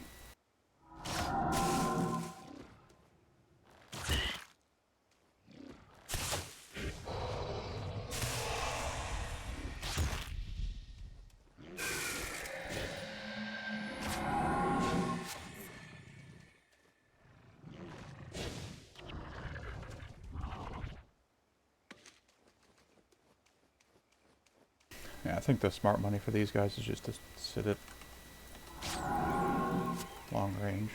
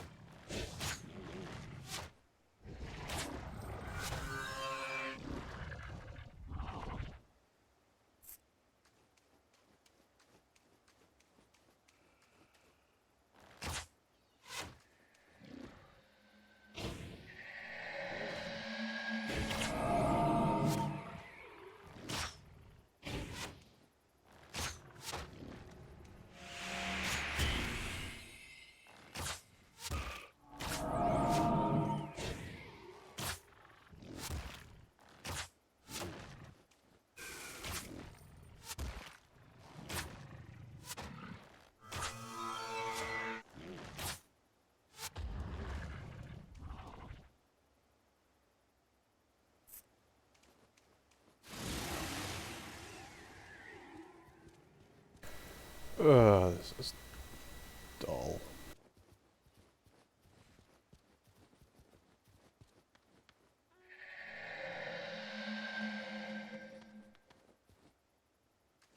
Unfortunately, I've tried doing Zen Daijun and starter armor.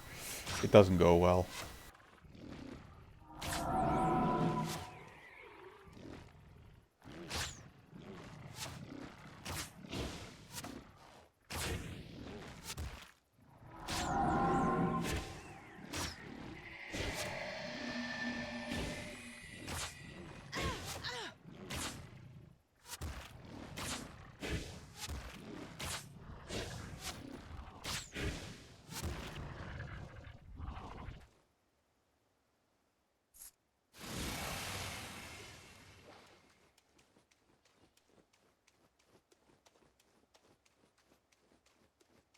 And I guess I could pop the imp for this stuff, but I don't actually think the imp's useful, specifically against dragon lilies, because of diversion. It's just going to get diverted, and then he's going to be auto-attacking, and he'll get killed. Out into the water.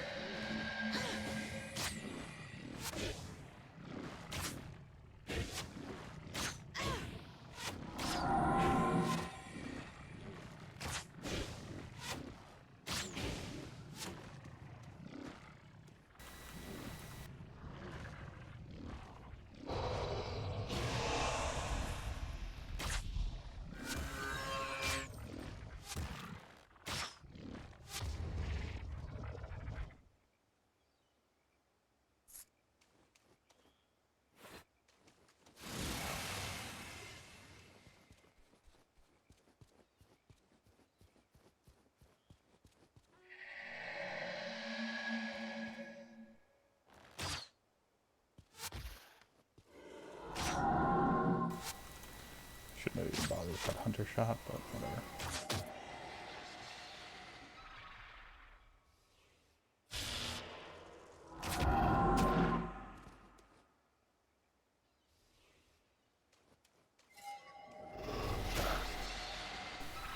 And factions is dull.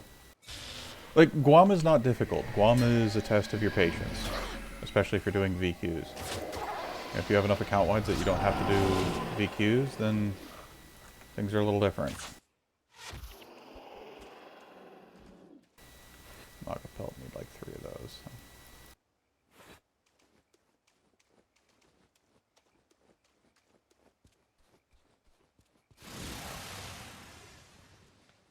You know, I mean, very bluntly, anybody who says that Guam is difficult is either just, I don't know, misinformed or, you know, running outdated builds or whatever, or they're just bad.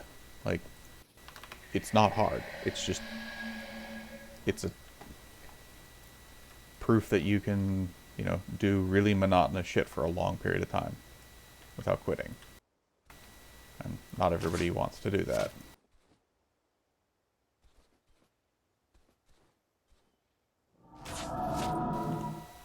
I mean, if you've got a para that's, you know, good to go, just load up Heroic Refrain.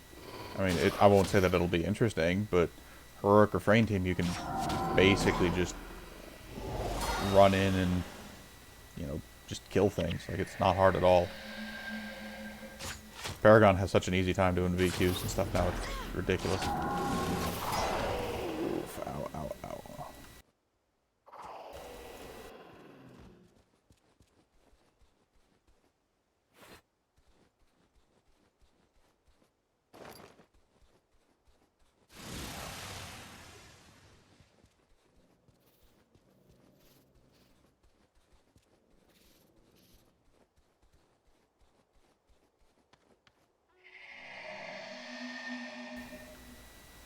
Yeah, that's fair enough, you know. Real life takes priority over a video game.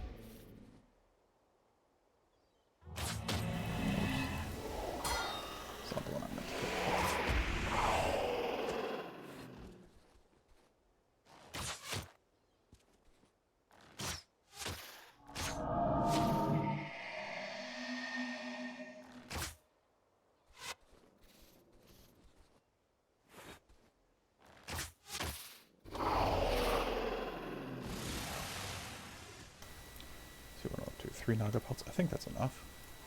We'll check.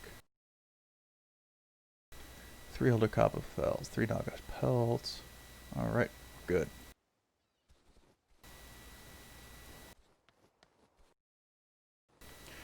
And, of course, the collector for the Naga pelts is, like, over here somewhere. The Bone Snap guy is where there's no turtles. Because, why would any of this shit make sense?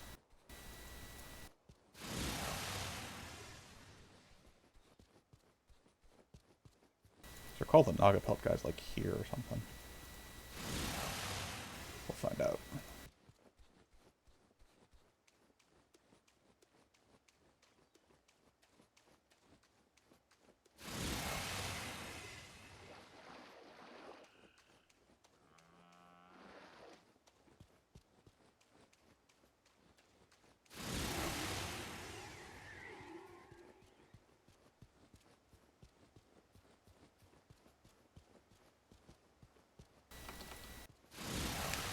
Gold Skull Collector.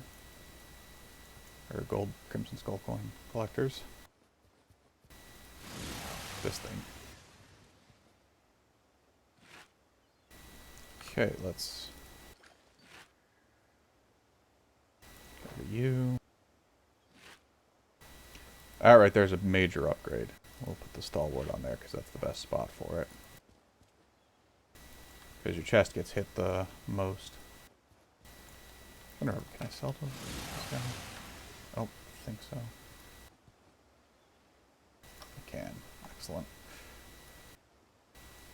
Unfortunately, I can't buy ID kits. What's this guy? Enchanted Bind.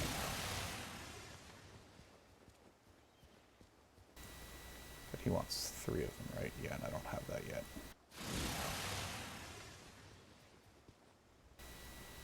Yeah. Fuck. Alright. Back to the grind. I could've... Oh, yeah. Here we go. I swear there was a merchant here. See, I'd like to know, for real, why they got rid of merchants in explorable areas in later games. Like, they became increasingly rare for no real reason that I can determine. Oof, blessed. Shit, we're getting... Quah? Huh. That's interesting. Purple with no rune on it. Oh. See something new every day, I suppose. Actually, what am I doing?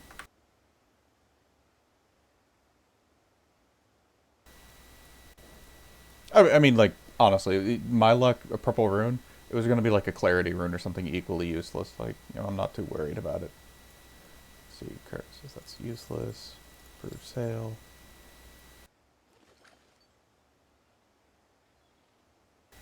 Alright, Naga trappings, Naga trappings, Naga short bow. Naga trappings. Scribed, no. And that gets me up to 7. So. Bit of iron, bunch of cloth. I need cloth, I need hide, I need wood. It's funny, wood is almost completely useless for the vast majority of everything, but I need it for armor, because the cheapest armor, I need to make sure I don't salvage those accidentally, but one of the cheapest armors I can get is wooden hide. That's just the Xingje stuff. Eventually I'll be able to get whatever I want, but you're mega strapped for cash at the start.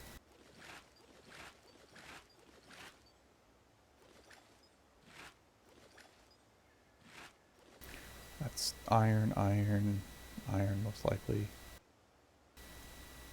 Eerie focus. I think that's dust. Tan hides, okay. That worked out. Bone I'm gonna hang on to. Let's see. Minor smiting.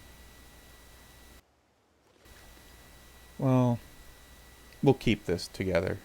Radiant, I want, because it's got 2 runes on it, and I don't have a hero to dump the rune onto yet.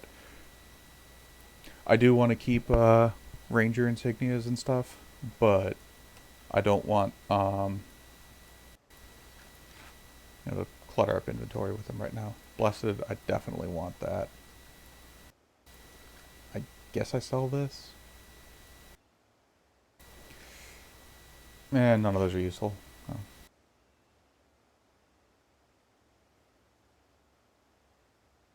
Yeah, it's Guild Wars Toolbox. If you just punch in GW Toolbox into Google, it should come right up. I mean, obviously, insert statement here about, it's a third-party add-on, use it at your own risk, blah, blah, blah, blah, blah. Realistically, nobody's been banned specifically for doing Toolbox, unless they were doing something tremendously exploitative with something else.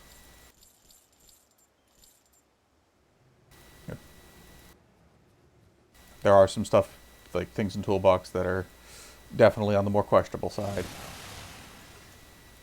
Did I say questionable? I meant questionable. Like the dialogue stuff is basically cheating. Well, it's not basically, it just straight up is cheating. It lets you do things that you can't normally do. Yeah, Toolbox can up. I just got diverted because I'm bad.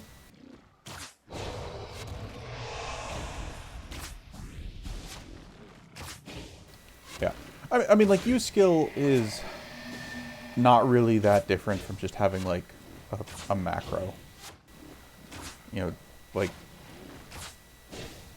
yeah, that's, against the terms of service, but, like, honestly, does it matter? No, it doesn't. Like, it's not a big deal.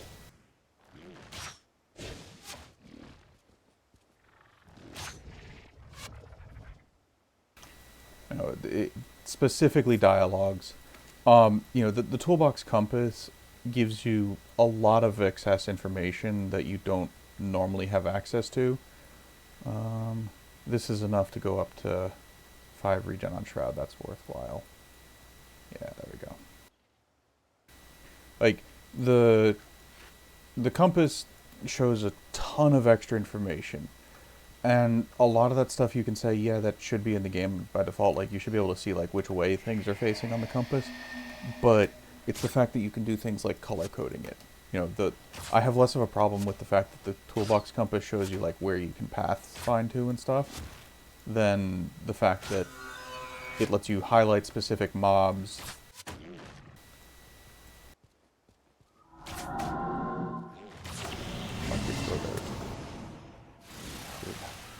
How do they land fucking overload on that shit? Like, goddamn.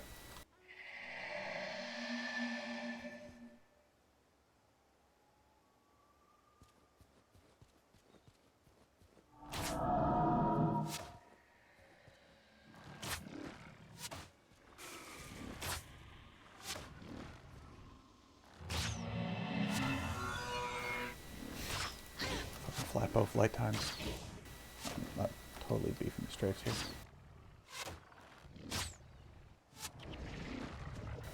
Alright, 2 down, 1 to go. But anyways, the color coding, being able to send movement commands and stuff like through it, I also think is kind of cheaty, but like not tremendously so. To me, the big problem with Toolbox Compass is the fact that you can just straight up get so much extra information above and beyond what you'd normally be able to do. It's not even close.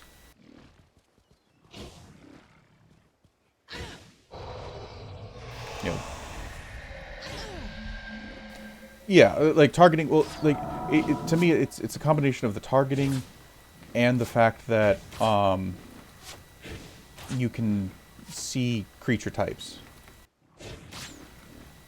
You can see at a glance there without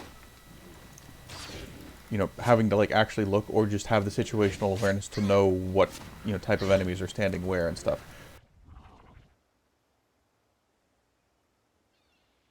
I mean, there's other things too, like, for example, Toolbox automatically dulls the color when foes go below 90% health, so that that they've taken enough damage to, get AoE bombed. That's a big deal.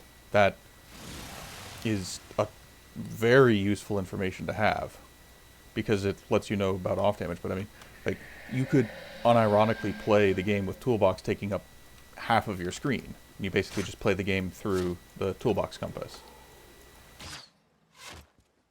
You know, I think that's the bigger problem with it.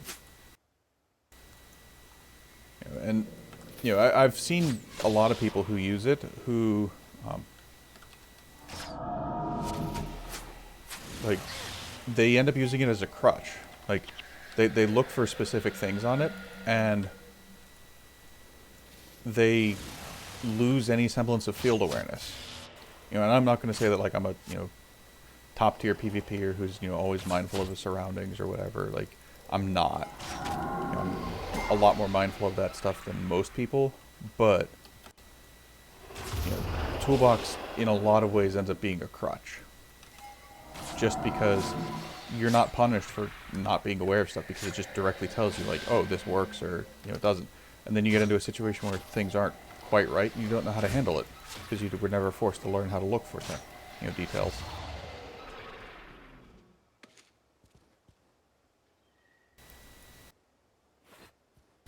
Yeah, you know, that's a fair enough use for it.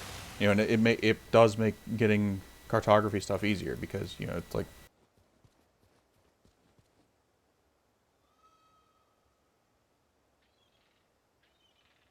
you know, it's like, oh, hey, you know, I can see there's a little notch here that I, you know, can stand on, you know, like, ooh, cool. You know, that helps you find those little edge spots and stuff much more easily. It makes it easier. To me, that's a nice quality of life thing. Like, I would love to be able to toggle an interface like this on for default stuff. But it's, you know, the stuff, and I'd love to, you know, see which way mobs are facing.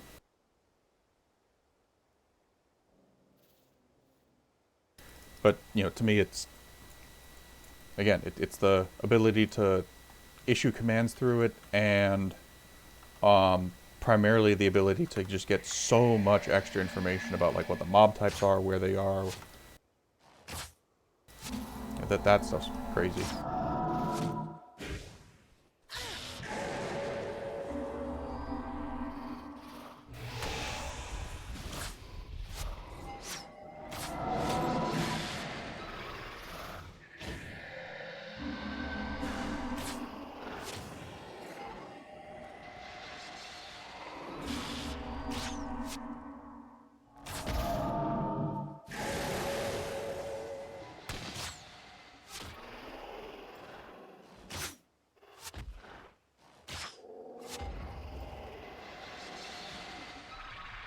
Wait, why am I killing Naga?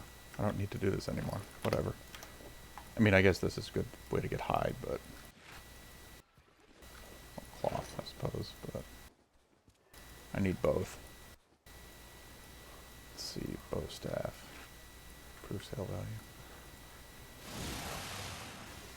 Yeah, this is all Nagas. Bone snaps are going to be up over that way. Let's go that way. I've killed all of the vine producing guys, so I'm definitely going to have to rezone. That's fine. I kind of anticipated that. Yeah. I mean, it's not even just tab targeting as well. You know, it's being able to, like, look into, you know, a big stack of enemies or whatever and just pick a decent target.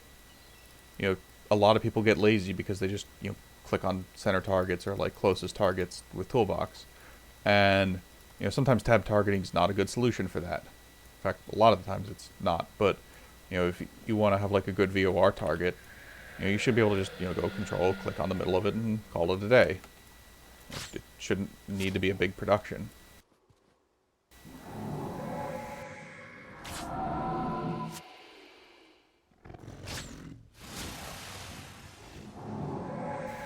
Oh boy, Oni.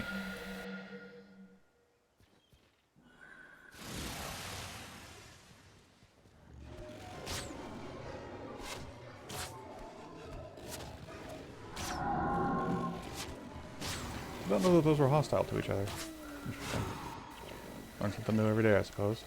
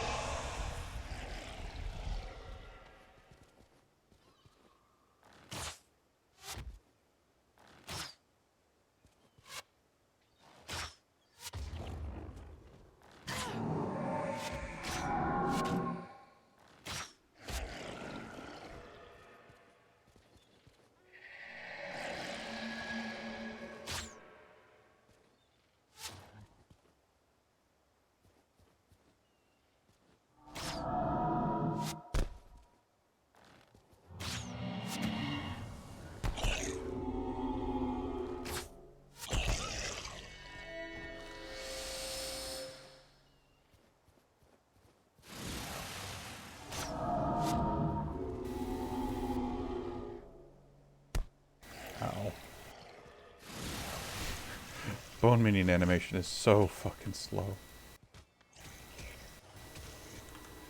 And they can genuinely hit you from like a quarter mile away. It's ridiculous.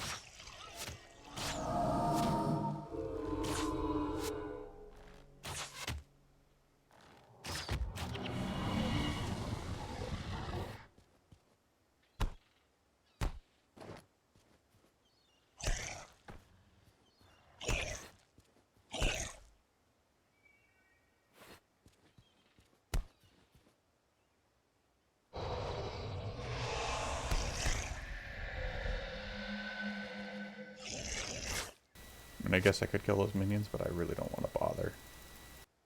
They don't really do anything threatening, and they're about to die.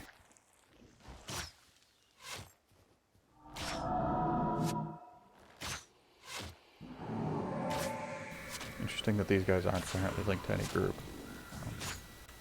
Not that I'm complaining, mind you. Oh, apparently they are now. The fuck were they doing? Like... What did they have to cast? That is bizarre.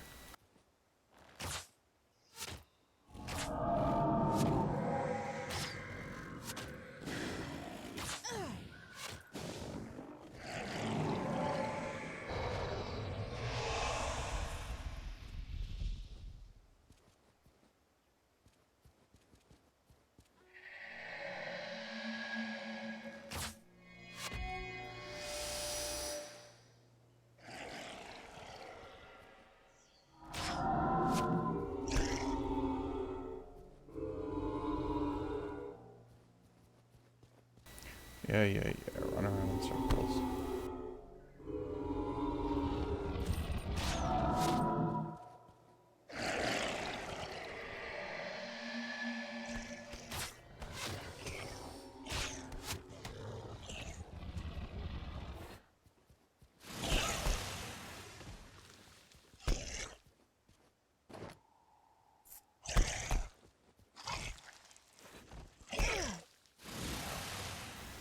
That's right, I need to get my, choose it. There's an Oni back here somewhere, if memory serves. So I'm just gonna pop my shroud. Or maybe it was the one over here. I can never remember where all the Oni pops are in these maps.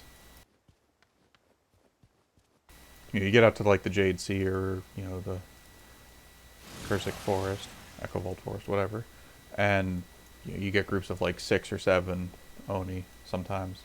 It's usually like 4 or 5 or whatever. But, you know, on the Noob Island, it's always just one lone Oni, which always struck me as kind of odd. You know, I get that it's a tutorial region and they are generally higher level than the other stuff around them, but I don't know, it still struck me as weird. Alright, no rune on that, cool. Get rid of that. Alright, need one more vine. Got 45 mask. 55, 55, 45, so yeah, 3 pieces. Need to get my shoes, but I'll just do this with all 55 here. It really does make a difference.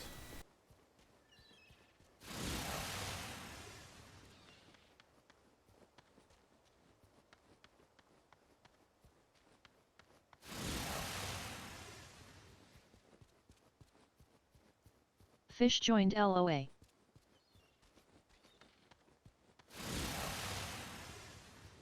Fish disconnected from LOA. That actually probably should give me hide, right?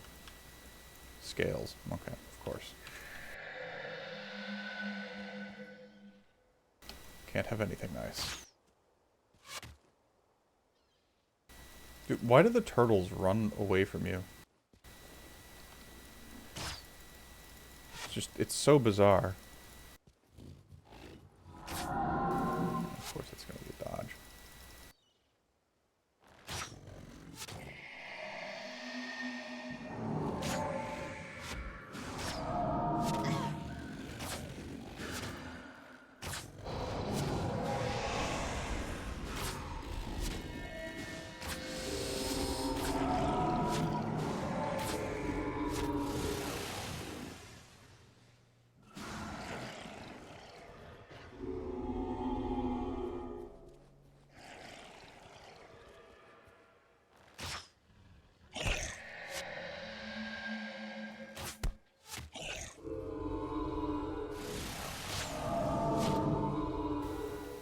sure I don't get like surrounded or just fucking pounded.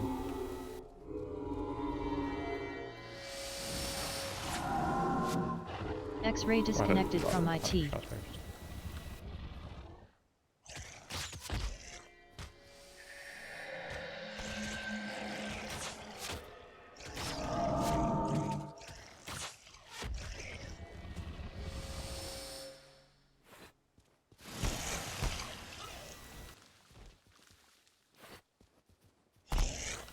Oof, Jesus.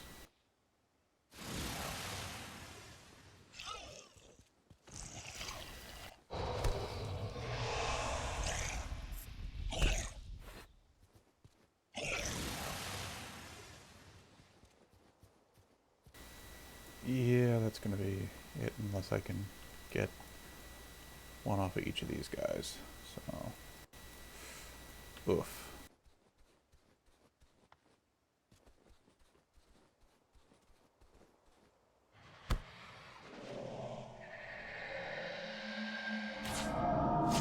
How is that a dodge? Oh, game.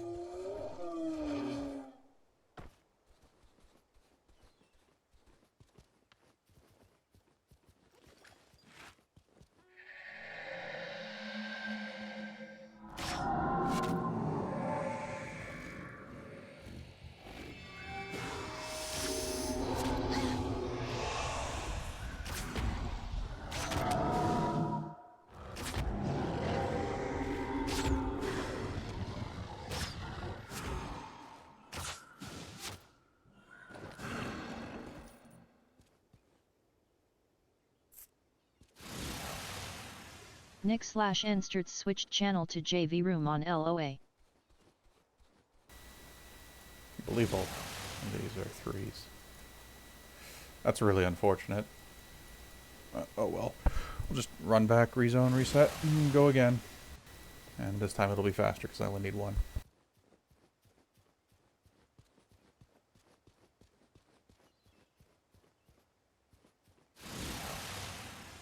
Well, one of each, I should say, but whatever.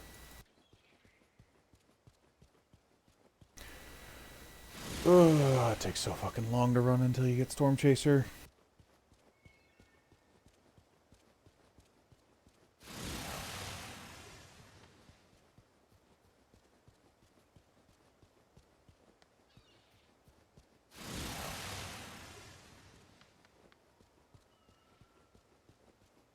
I mean, it's actually ridiculous how fucking slow you are when you just have dash.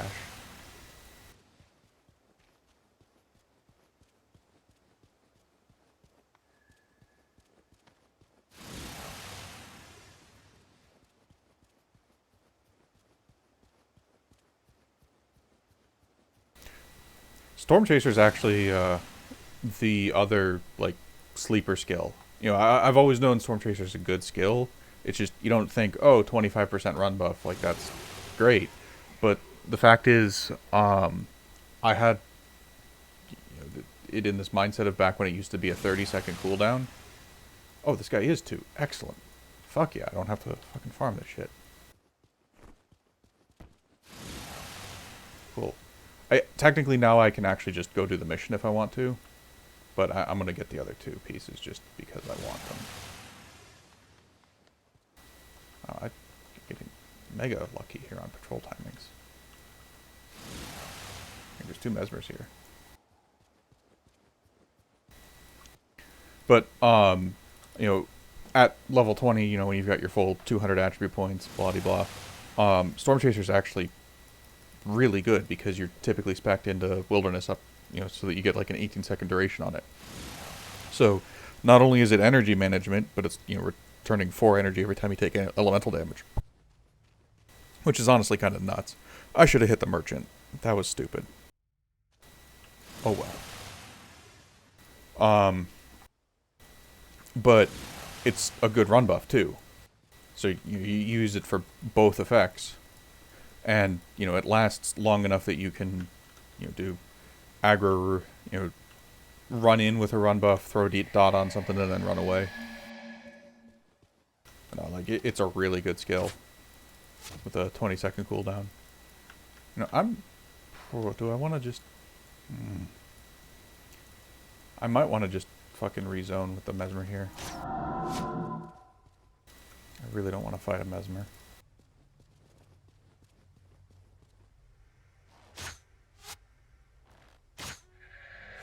Jesse joined LOA. I mean, I guess I will. Jesse disconnected from LOA.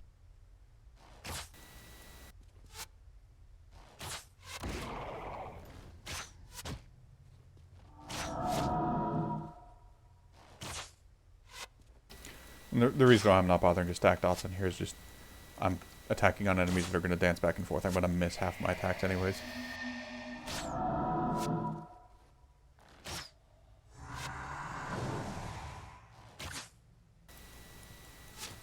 I don't know how that one hit. Okay. That one went up into the fucking ceiling.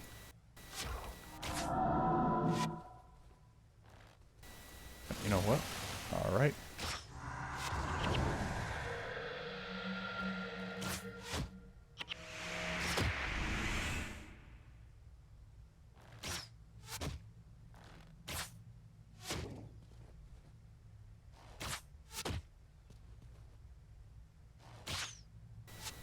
I miss the old Time Lord, but before they fixed it, when it set your cooldowns to the value instead of giving you that much extra cooldown reduction.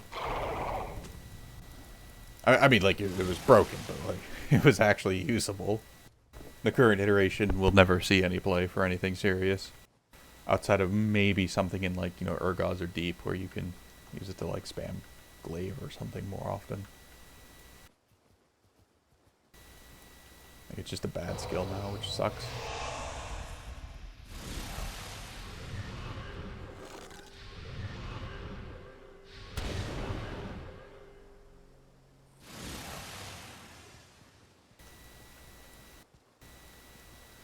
I mean, together as one, not Temple of the Ages, I presume.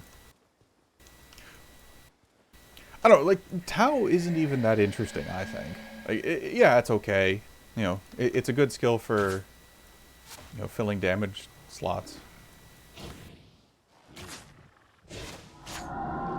Like, if you've got a party that isn't really particular about, running one elite or another, and it's primarily composed of physical damage, yeah, you can throw a Tau in there. But, it's not a, archetype-defining skill, I guess. Be the way to put it. Definitely not a bad skill by any means. It's whatever. Yeah. I actually think Tau and Shadow Theft, in a general PvE context, are good examples of what skill balance should be. So, Together as One and Shadow Theft, they're both elites that are PvE skills, and they don't provide IAS buffs. So, if you're running a physical build, like dagger spam, particularly for, both of those two, you want to run those skills because they increase your damage, and that's good. But because they don't provide increased attack speed, and they're elite, and they're PvE, they add other constraints. Rangers simply don't have good IAS skills that aren't... Oh, these are bad aggro. Great. Fine, I guess we'll break them. Or we'll just go to these. Or whatever. Rangers don't have good IAS skills that aren't elite. You've got expert dexterity. Or, require, like, weird cross-attribute spreads. I mean... Never Rampage Alone? It's okay. But, it's expensive. And it also, requires a pet. Fuck that. But, if you want a good IAS skill, Drunken Master is the way to go for most stuff. Assassins also get critical agility. But, the point is, both Assassin and Ranger are kind of heavily reliant on PvE skills if they want good IAS in some fashion. Or an elite. And on your general physical bar, you also want to have I am unstoppable and Azure scan. So you kind of can't have all of them. You know, Shadow Theft, you can sometimes make a trade-off of, running balanced stance, for example. If you don't need the anti-cripple aspect of IAU. If you do need it, well, then you gotta run IAU. And then the question is, well, do you don't want to give up on an IAS skill, obviously. Like, that's stupid. But do you also, want to give up on Azure and Scan? Like, you have to make some decisions. And in some areas, the best way to, do a general PvE content is actually not to run either one of those skills. So I think, in terms of a balance perspective, those are actually in a good place. The speed clear setting is its own thing, where stuff is only ever going to be, usable if it's, utterly fucking broken, for some purpose or another.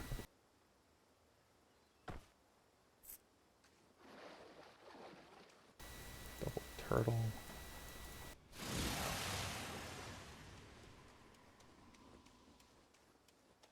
Oh yeah, I mean it's just total coincidental. Like, I mean, they introduced +6 global attribute heroic refrain. Like, they clearly have no fucking clue what they're doing. Albert's disconnected from LOA. Like, let's not kid ourselves here. There is a 0% chance that they knew what they were doing with these skills.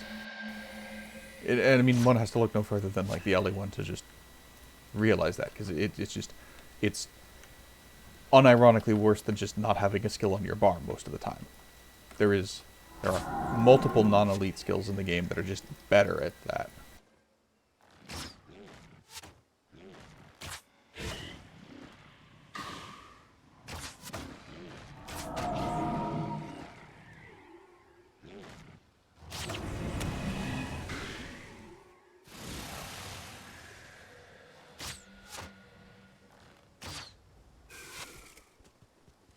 But, happy coincidence aside, I still think those skills are in a decent state in terms of, like, what they force you to do if you want to min-max for build diversity. No, I'm not opening a chest, I'm selling those keys. The shit that you're going to get out of a chest is so much... It's worth so much less than the 40 gold I'm going to get from that. Always sell keys. Once you get to Eye of the North, I guess you can start doing lockpick stuff, but, like... Come on. How was that a dodge? But, anyways, I think build diversity like that is good.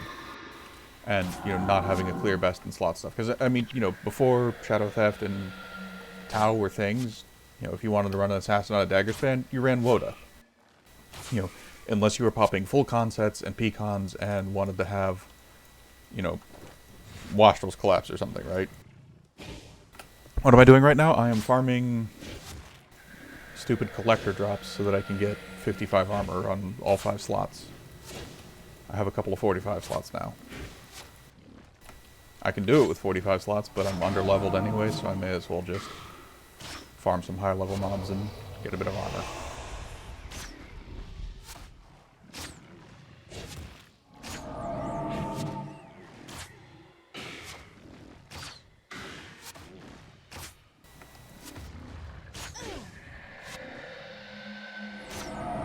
But, let's see, what's another one?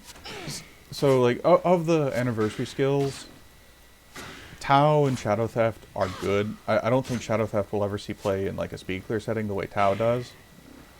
But it's not a bad skill. Did I cast Shroud? I must have cast Shroud with Diversion on me. Dodge here.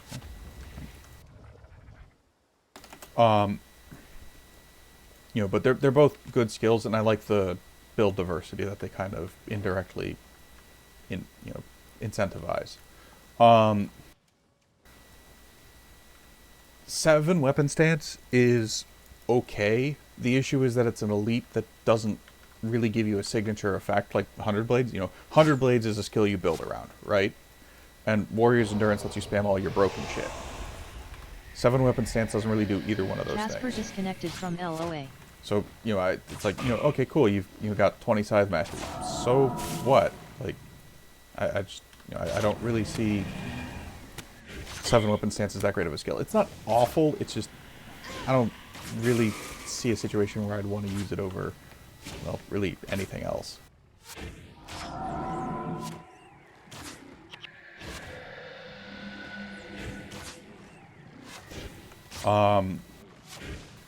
The monk one is, I don't want to say it's useless, but honestly, it's pretty bad. The necro one, it's okay, it's ghetto Voss, but it does give necros something to do in general PvE, besides Assassin Promise spam, which I guess is a good thing. The necro one I feel like has some sleeper potential for speedruns and dungeons, where you want a single really, really big spike, and you don't care if you suicide. Yes, it will. Choking gas doesn't care if the projectile is even, like you can dodge the projectile as long as you're still in the area of effect for choking gas. It doesn't matter.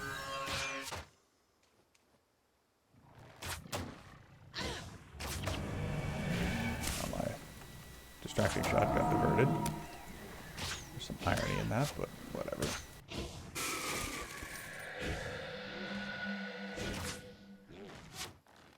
Yeah, that's why choking gas is a good skill, because it ignores basically everything. Also, choking gas hits before the projectile, which a lot of people aren't aware of.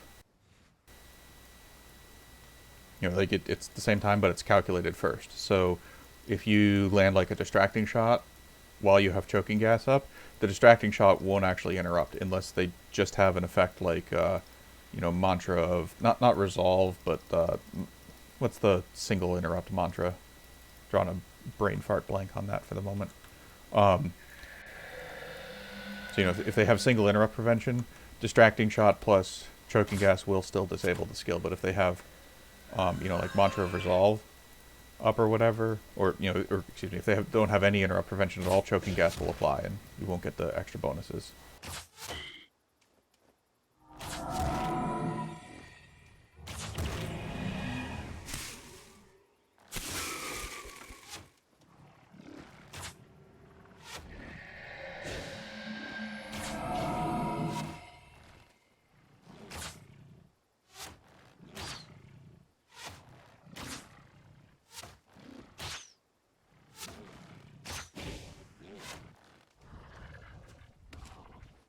Hey, got our bomb. Now we just need another Kappa shell.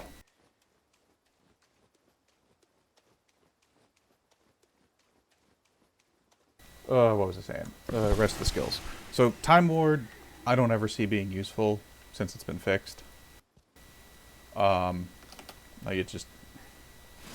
Again, it's not like it's an awful skill, it's just... Why would you run Time Ward when you could just run another E-Surge, right? Like, what is the edge case where that's actually worthwhile to run?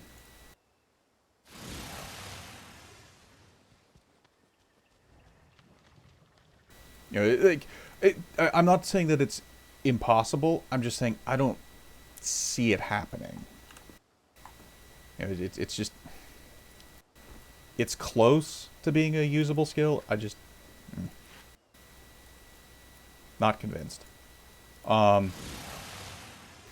Monk one, it's got some meme potential. The fact that it's a melee attack and not a hammer attack does unlock some spiciness with it, because you could run it with dagger spam, or you could run it with a hammer, and hammers already have 3 AoE attacks. So if you want to do an extra clown thing with like the shout writ that's not holding PWK bundles, you can let's just ID all. Get your 40/40 splinter procs and just trigger a shitload of splinter. I need my runes. That's stupid. Whatever. I do wish that there was a toggle on the identify all to not ID runes, because it's not really useful. For sale value, that's going to be iron. Dust, maybe wood. Iron. Okay. Hide. Iron, yeah. Wow, lots of iron. Do I wanna...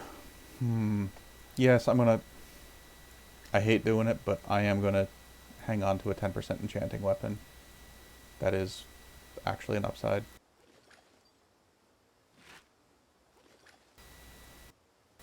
Can't really afford the inventory slot now, but... Oh well. I get double dust from the spirit woods, that sucks.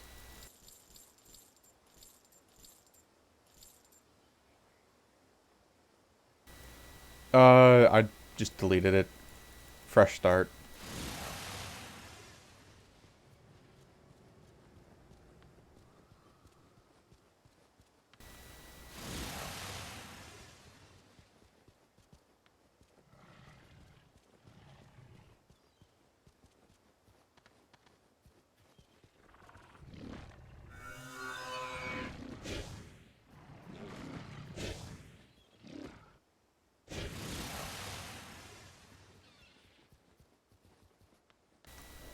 Anyways, so Monk Elite, like, there's some meme potential, and, you know, it's not bad to have an AoE attack ever, really. You know, and it does give you something else that you can, you know, weave in with your dagger spam combo if you want to. You know, it's, I don't think it's a good skill, but I don't think it's an awful one. The Ellie skill is, as I said before, like, a contender for one of the worst skills in the game, even after the buff, which was fairly considerable. Because it's an elite for an Ellie that doesn't do a big damage nuke and doesn't provide energy storage. You know, it does neither one of those things, so it's just never going to be usable for anything ever. It's just a shit skill, and it will always be a shit skill. You know, like, Ellie elites, they have to be, you know, like, big nuke shit like, you know, Invoke Lightning or Blinding Surge or Thunderclap. Like, they've got to do big fucking things.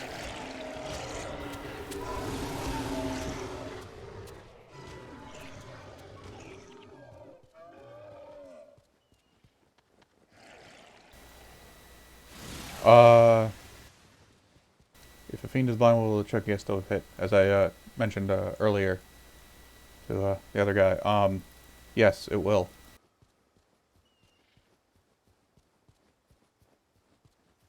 Is this going to be some new meme thing? Do I need to put a chat bot D. in? Rogers disconnected from Yo Mama's so fat. With exclamation mark choking gas?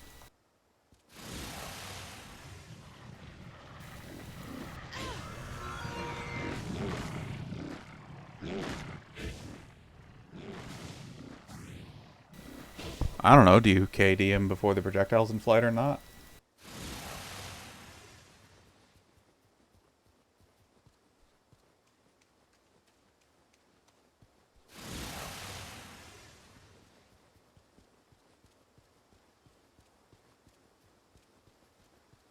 Can't shoot you if he can't get up, taps forehead.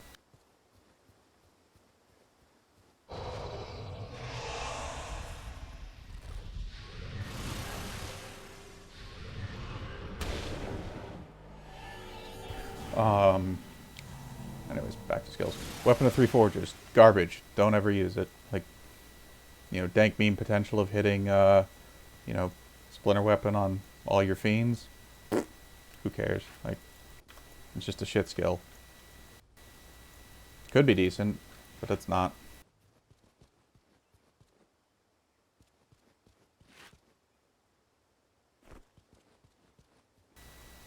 Auto IDs. Or, salvages.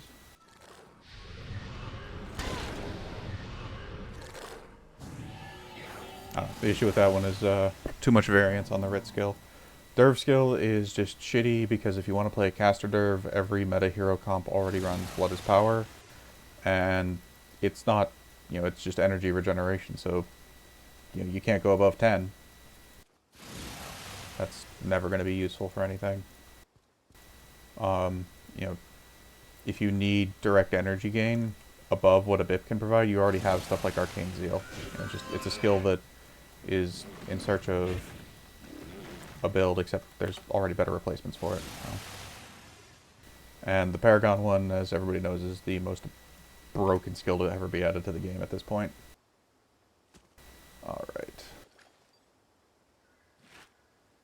Cool, get that hand hide.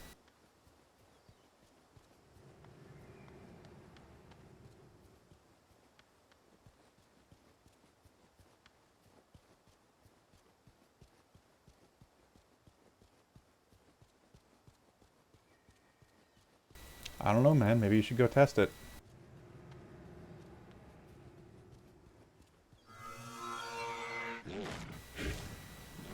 Actually, you know what? I'm gonna just kill these two, because I may need to come down here.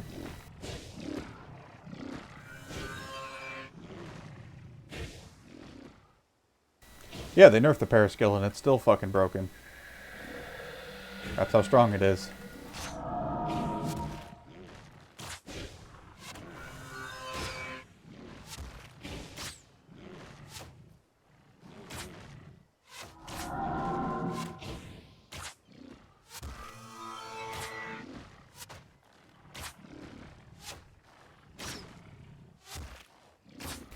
I mean, you know, now with the Paragon skill, you only get, 17 fast casting instead of 9.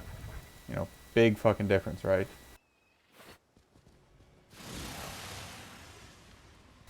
Or 17 instead of 19, excuse me. But, you still get 11 inspiration. You still get 17 fast casting. You still reach the 20 domination magic. You still reach the 19 spawning power breakpoint. Like, it's just a dumb skill.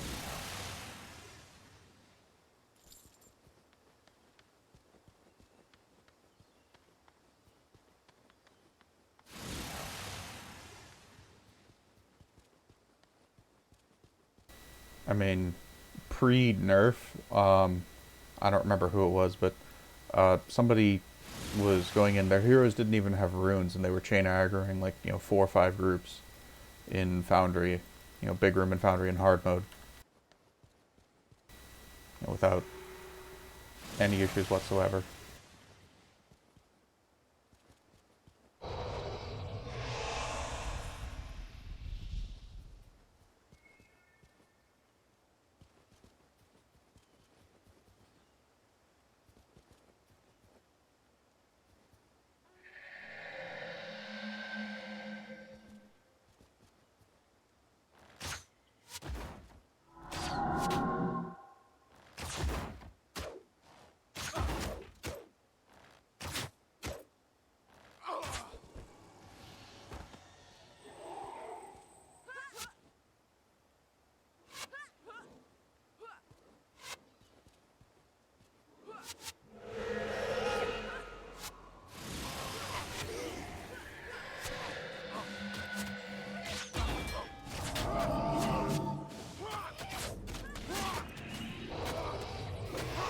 Cast that on my staff.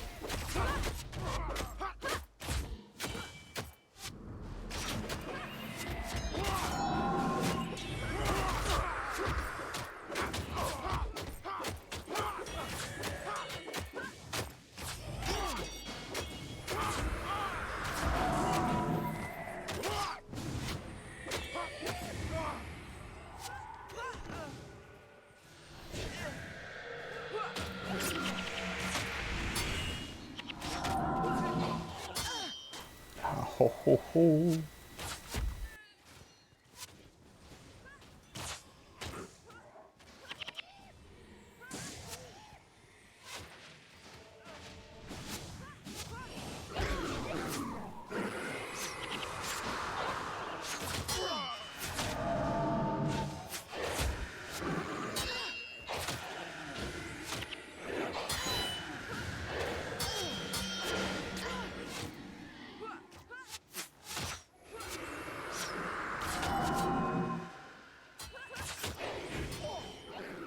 I mean, I can do most of the stuff without bonus. Honestly, the bonus stuff stops mattering relatively quickly.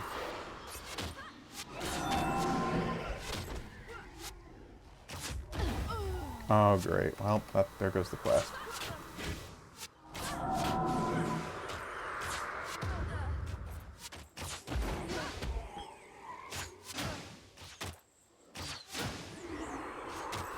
Like, for most of the stuff that I'm doing... Why do I use pin down there? Why? For the stuff that I'm doing right now, the bonus, like, it does increase my damage output, but not tremendously so. I've only died like 5 times. 3 times. Okay, whatever.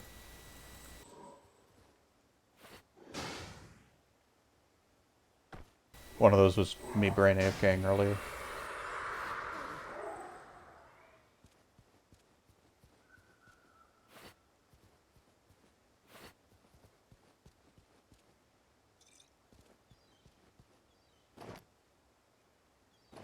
Yeah, but like that's not really an experience. I mean, like all the stuff that I'm going to be doing is just, you know, degen.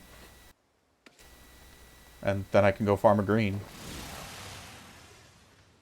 Yeah, no, good luck with that. Hey, if you want to do a true solo character with, you know, fucking hardcore mode on, like go ahead. You should stream it so we can all laugh at how many times you have to reset. You know, like, you can do that. It's gonna be a bitch. Like, there's so much stuff that's just, you know, high RNG, and you're gonna have to just rage quit out constantly. You know, like, there's a lot of stuff where you can do things decently efficiently, and then you're just gonna die. You know, if you get bad RNG. You know, you're relying on block chances, you're relying on, you know, group spawns. And, you know, you can just map out, or not worry about it. You know, the people who do the Iron Man Deathless Guam stuff, like, fine. Yeah, that's cool. I think overall that's a bit easier than doing it doing a solo without worrying about the deaths, but, you know, it's certainly a time commitment. Alright, I think I have to redo this damn quest. We'll see. What the fuck was up with the camera there? That's neat.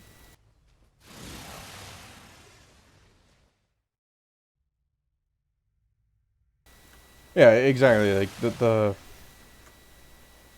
deathless stuff. It's not that I don't appreciate the challenge. It's just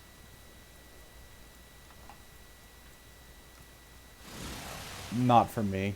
You know, it's.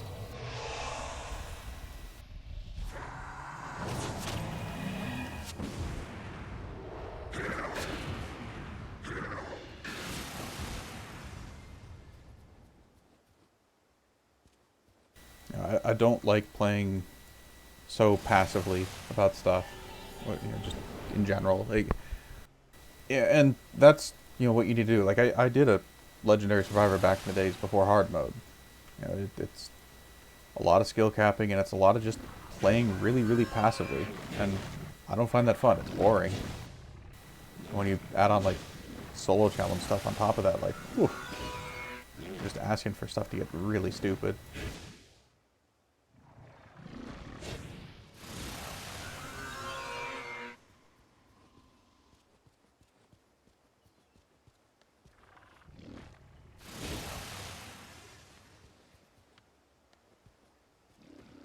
You know, again, like, I don't think it's impossible. I just don't think it's worth the time. Which, you know, I realize it's kind of rich considering that I'm doing this in the first place. Yeah, just don't lag. What about the poor bastards living in Australia and stuff?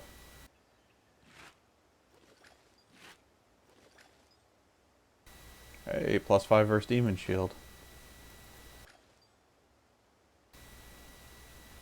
That's actually kind of tempting to keep. 52 hexed. Like, I can definitely use it. Iron. Okay, whatever. This can be hide. No, I got dust. Or no, that's dust and bones. Why did I even bother? Do I want to keep that? Nah.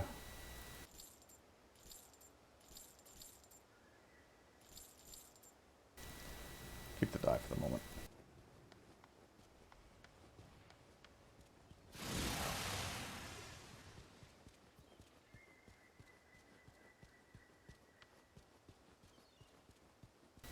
Yeah. I don't know. And speaking of the... Oh. Alright. Wow. Speaking of the Winds of Change solo stuff, there's some stuff that I don't actually think you can do, but there's like you can actually solo a lot of those quests, I think.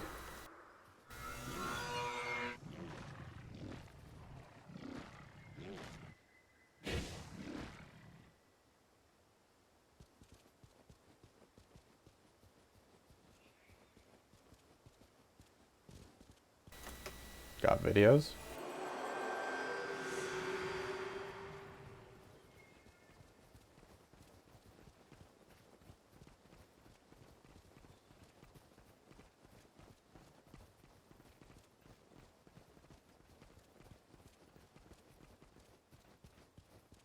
Yeah. Also, like, there are restrictions that I'm running with that would make it difficult. Oh. Or a lot more difficult, I should say. I'll just dump that in the wilderness for the moment. Get more poison duration. Fox joined LOA.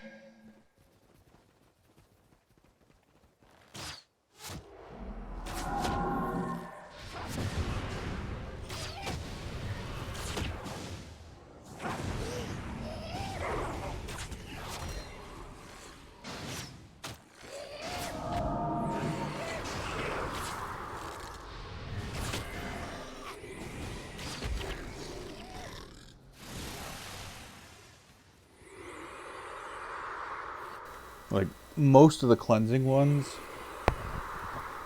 you know, in the... before you go to the Noob Island stuff, those are doable. Solo.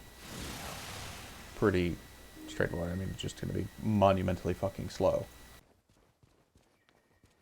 I mean, hell, like, a lot of those you can do just by running fucking sniper support. Like, you know, just sitting there and spamming that skill for an hour. You know, not an interesting way, but you can do it. But anything where you have, like, the DPS checks, yeah, good luck with that. That shit's gonna be hard.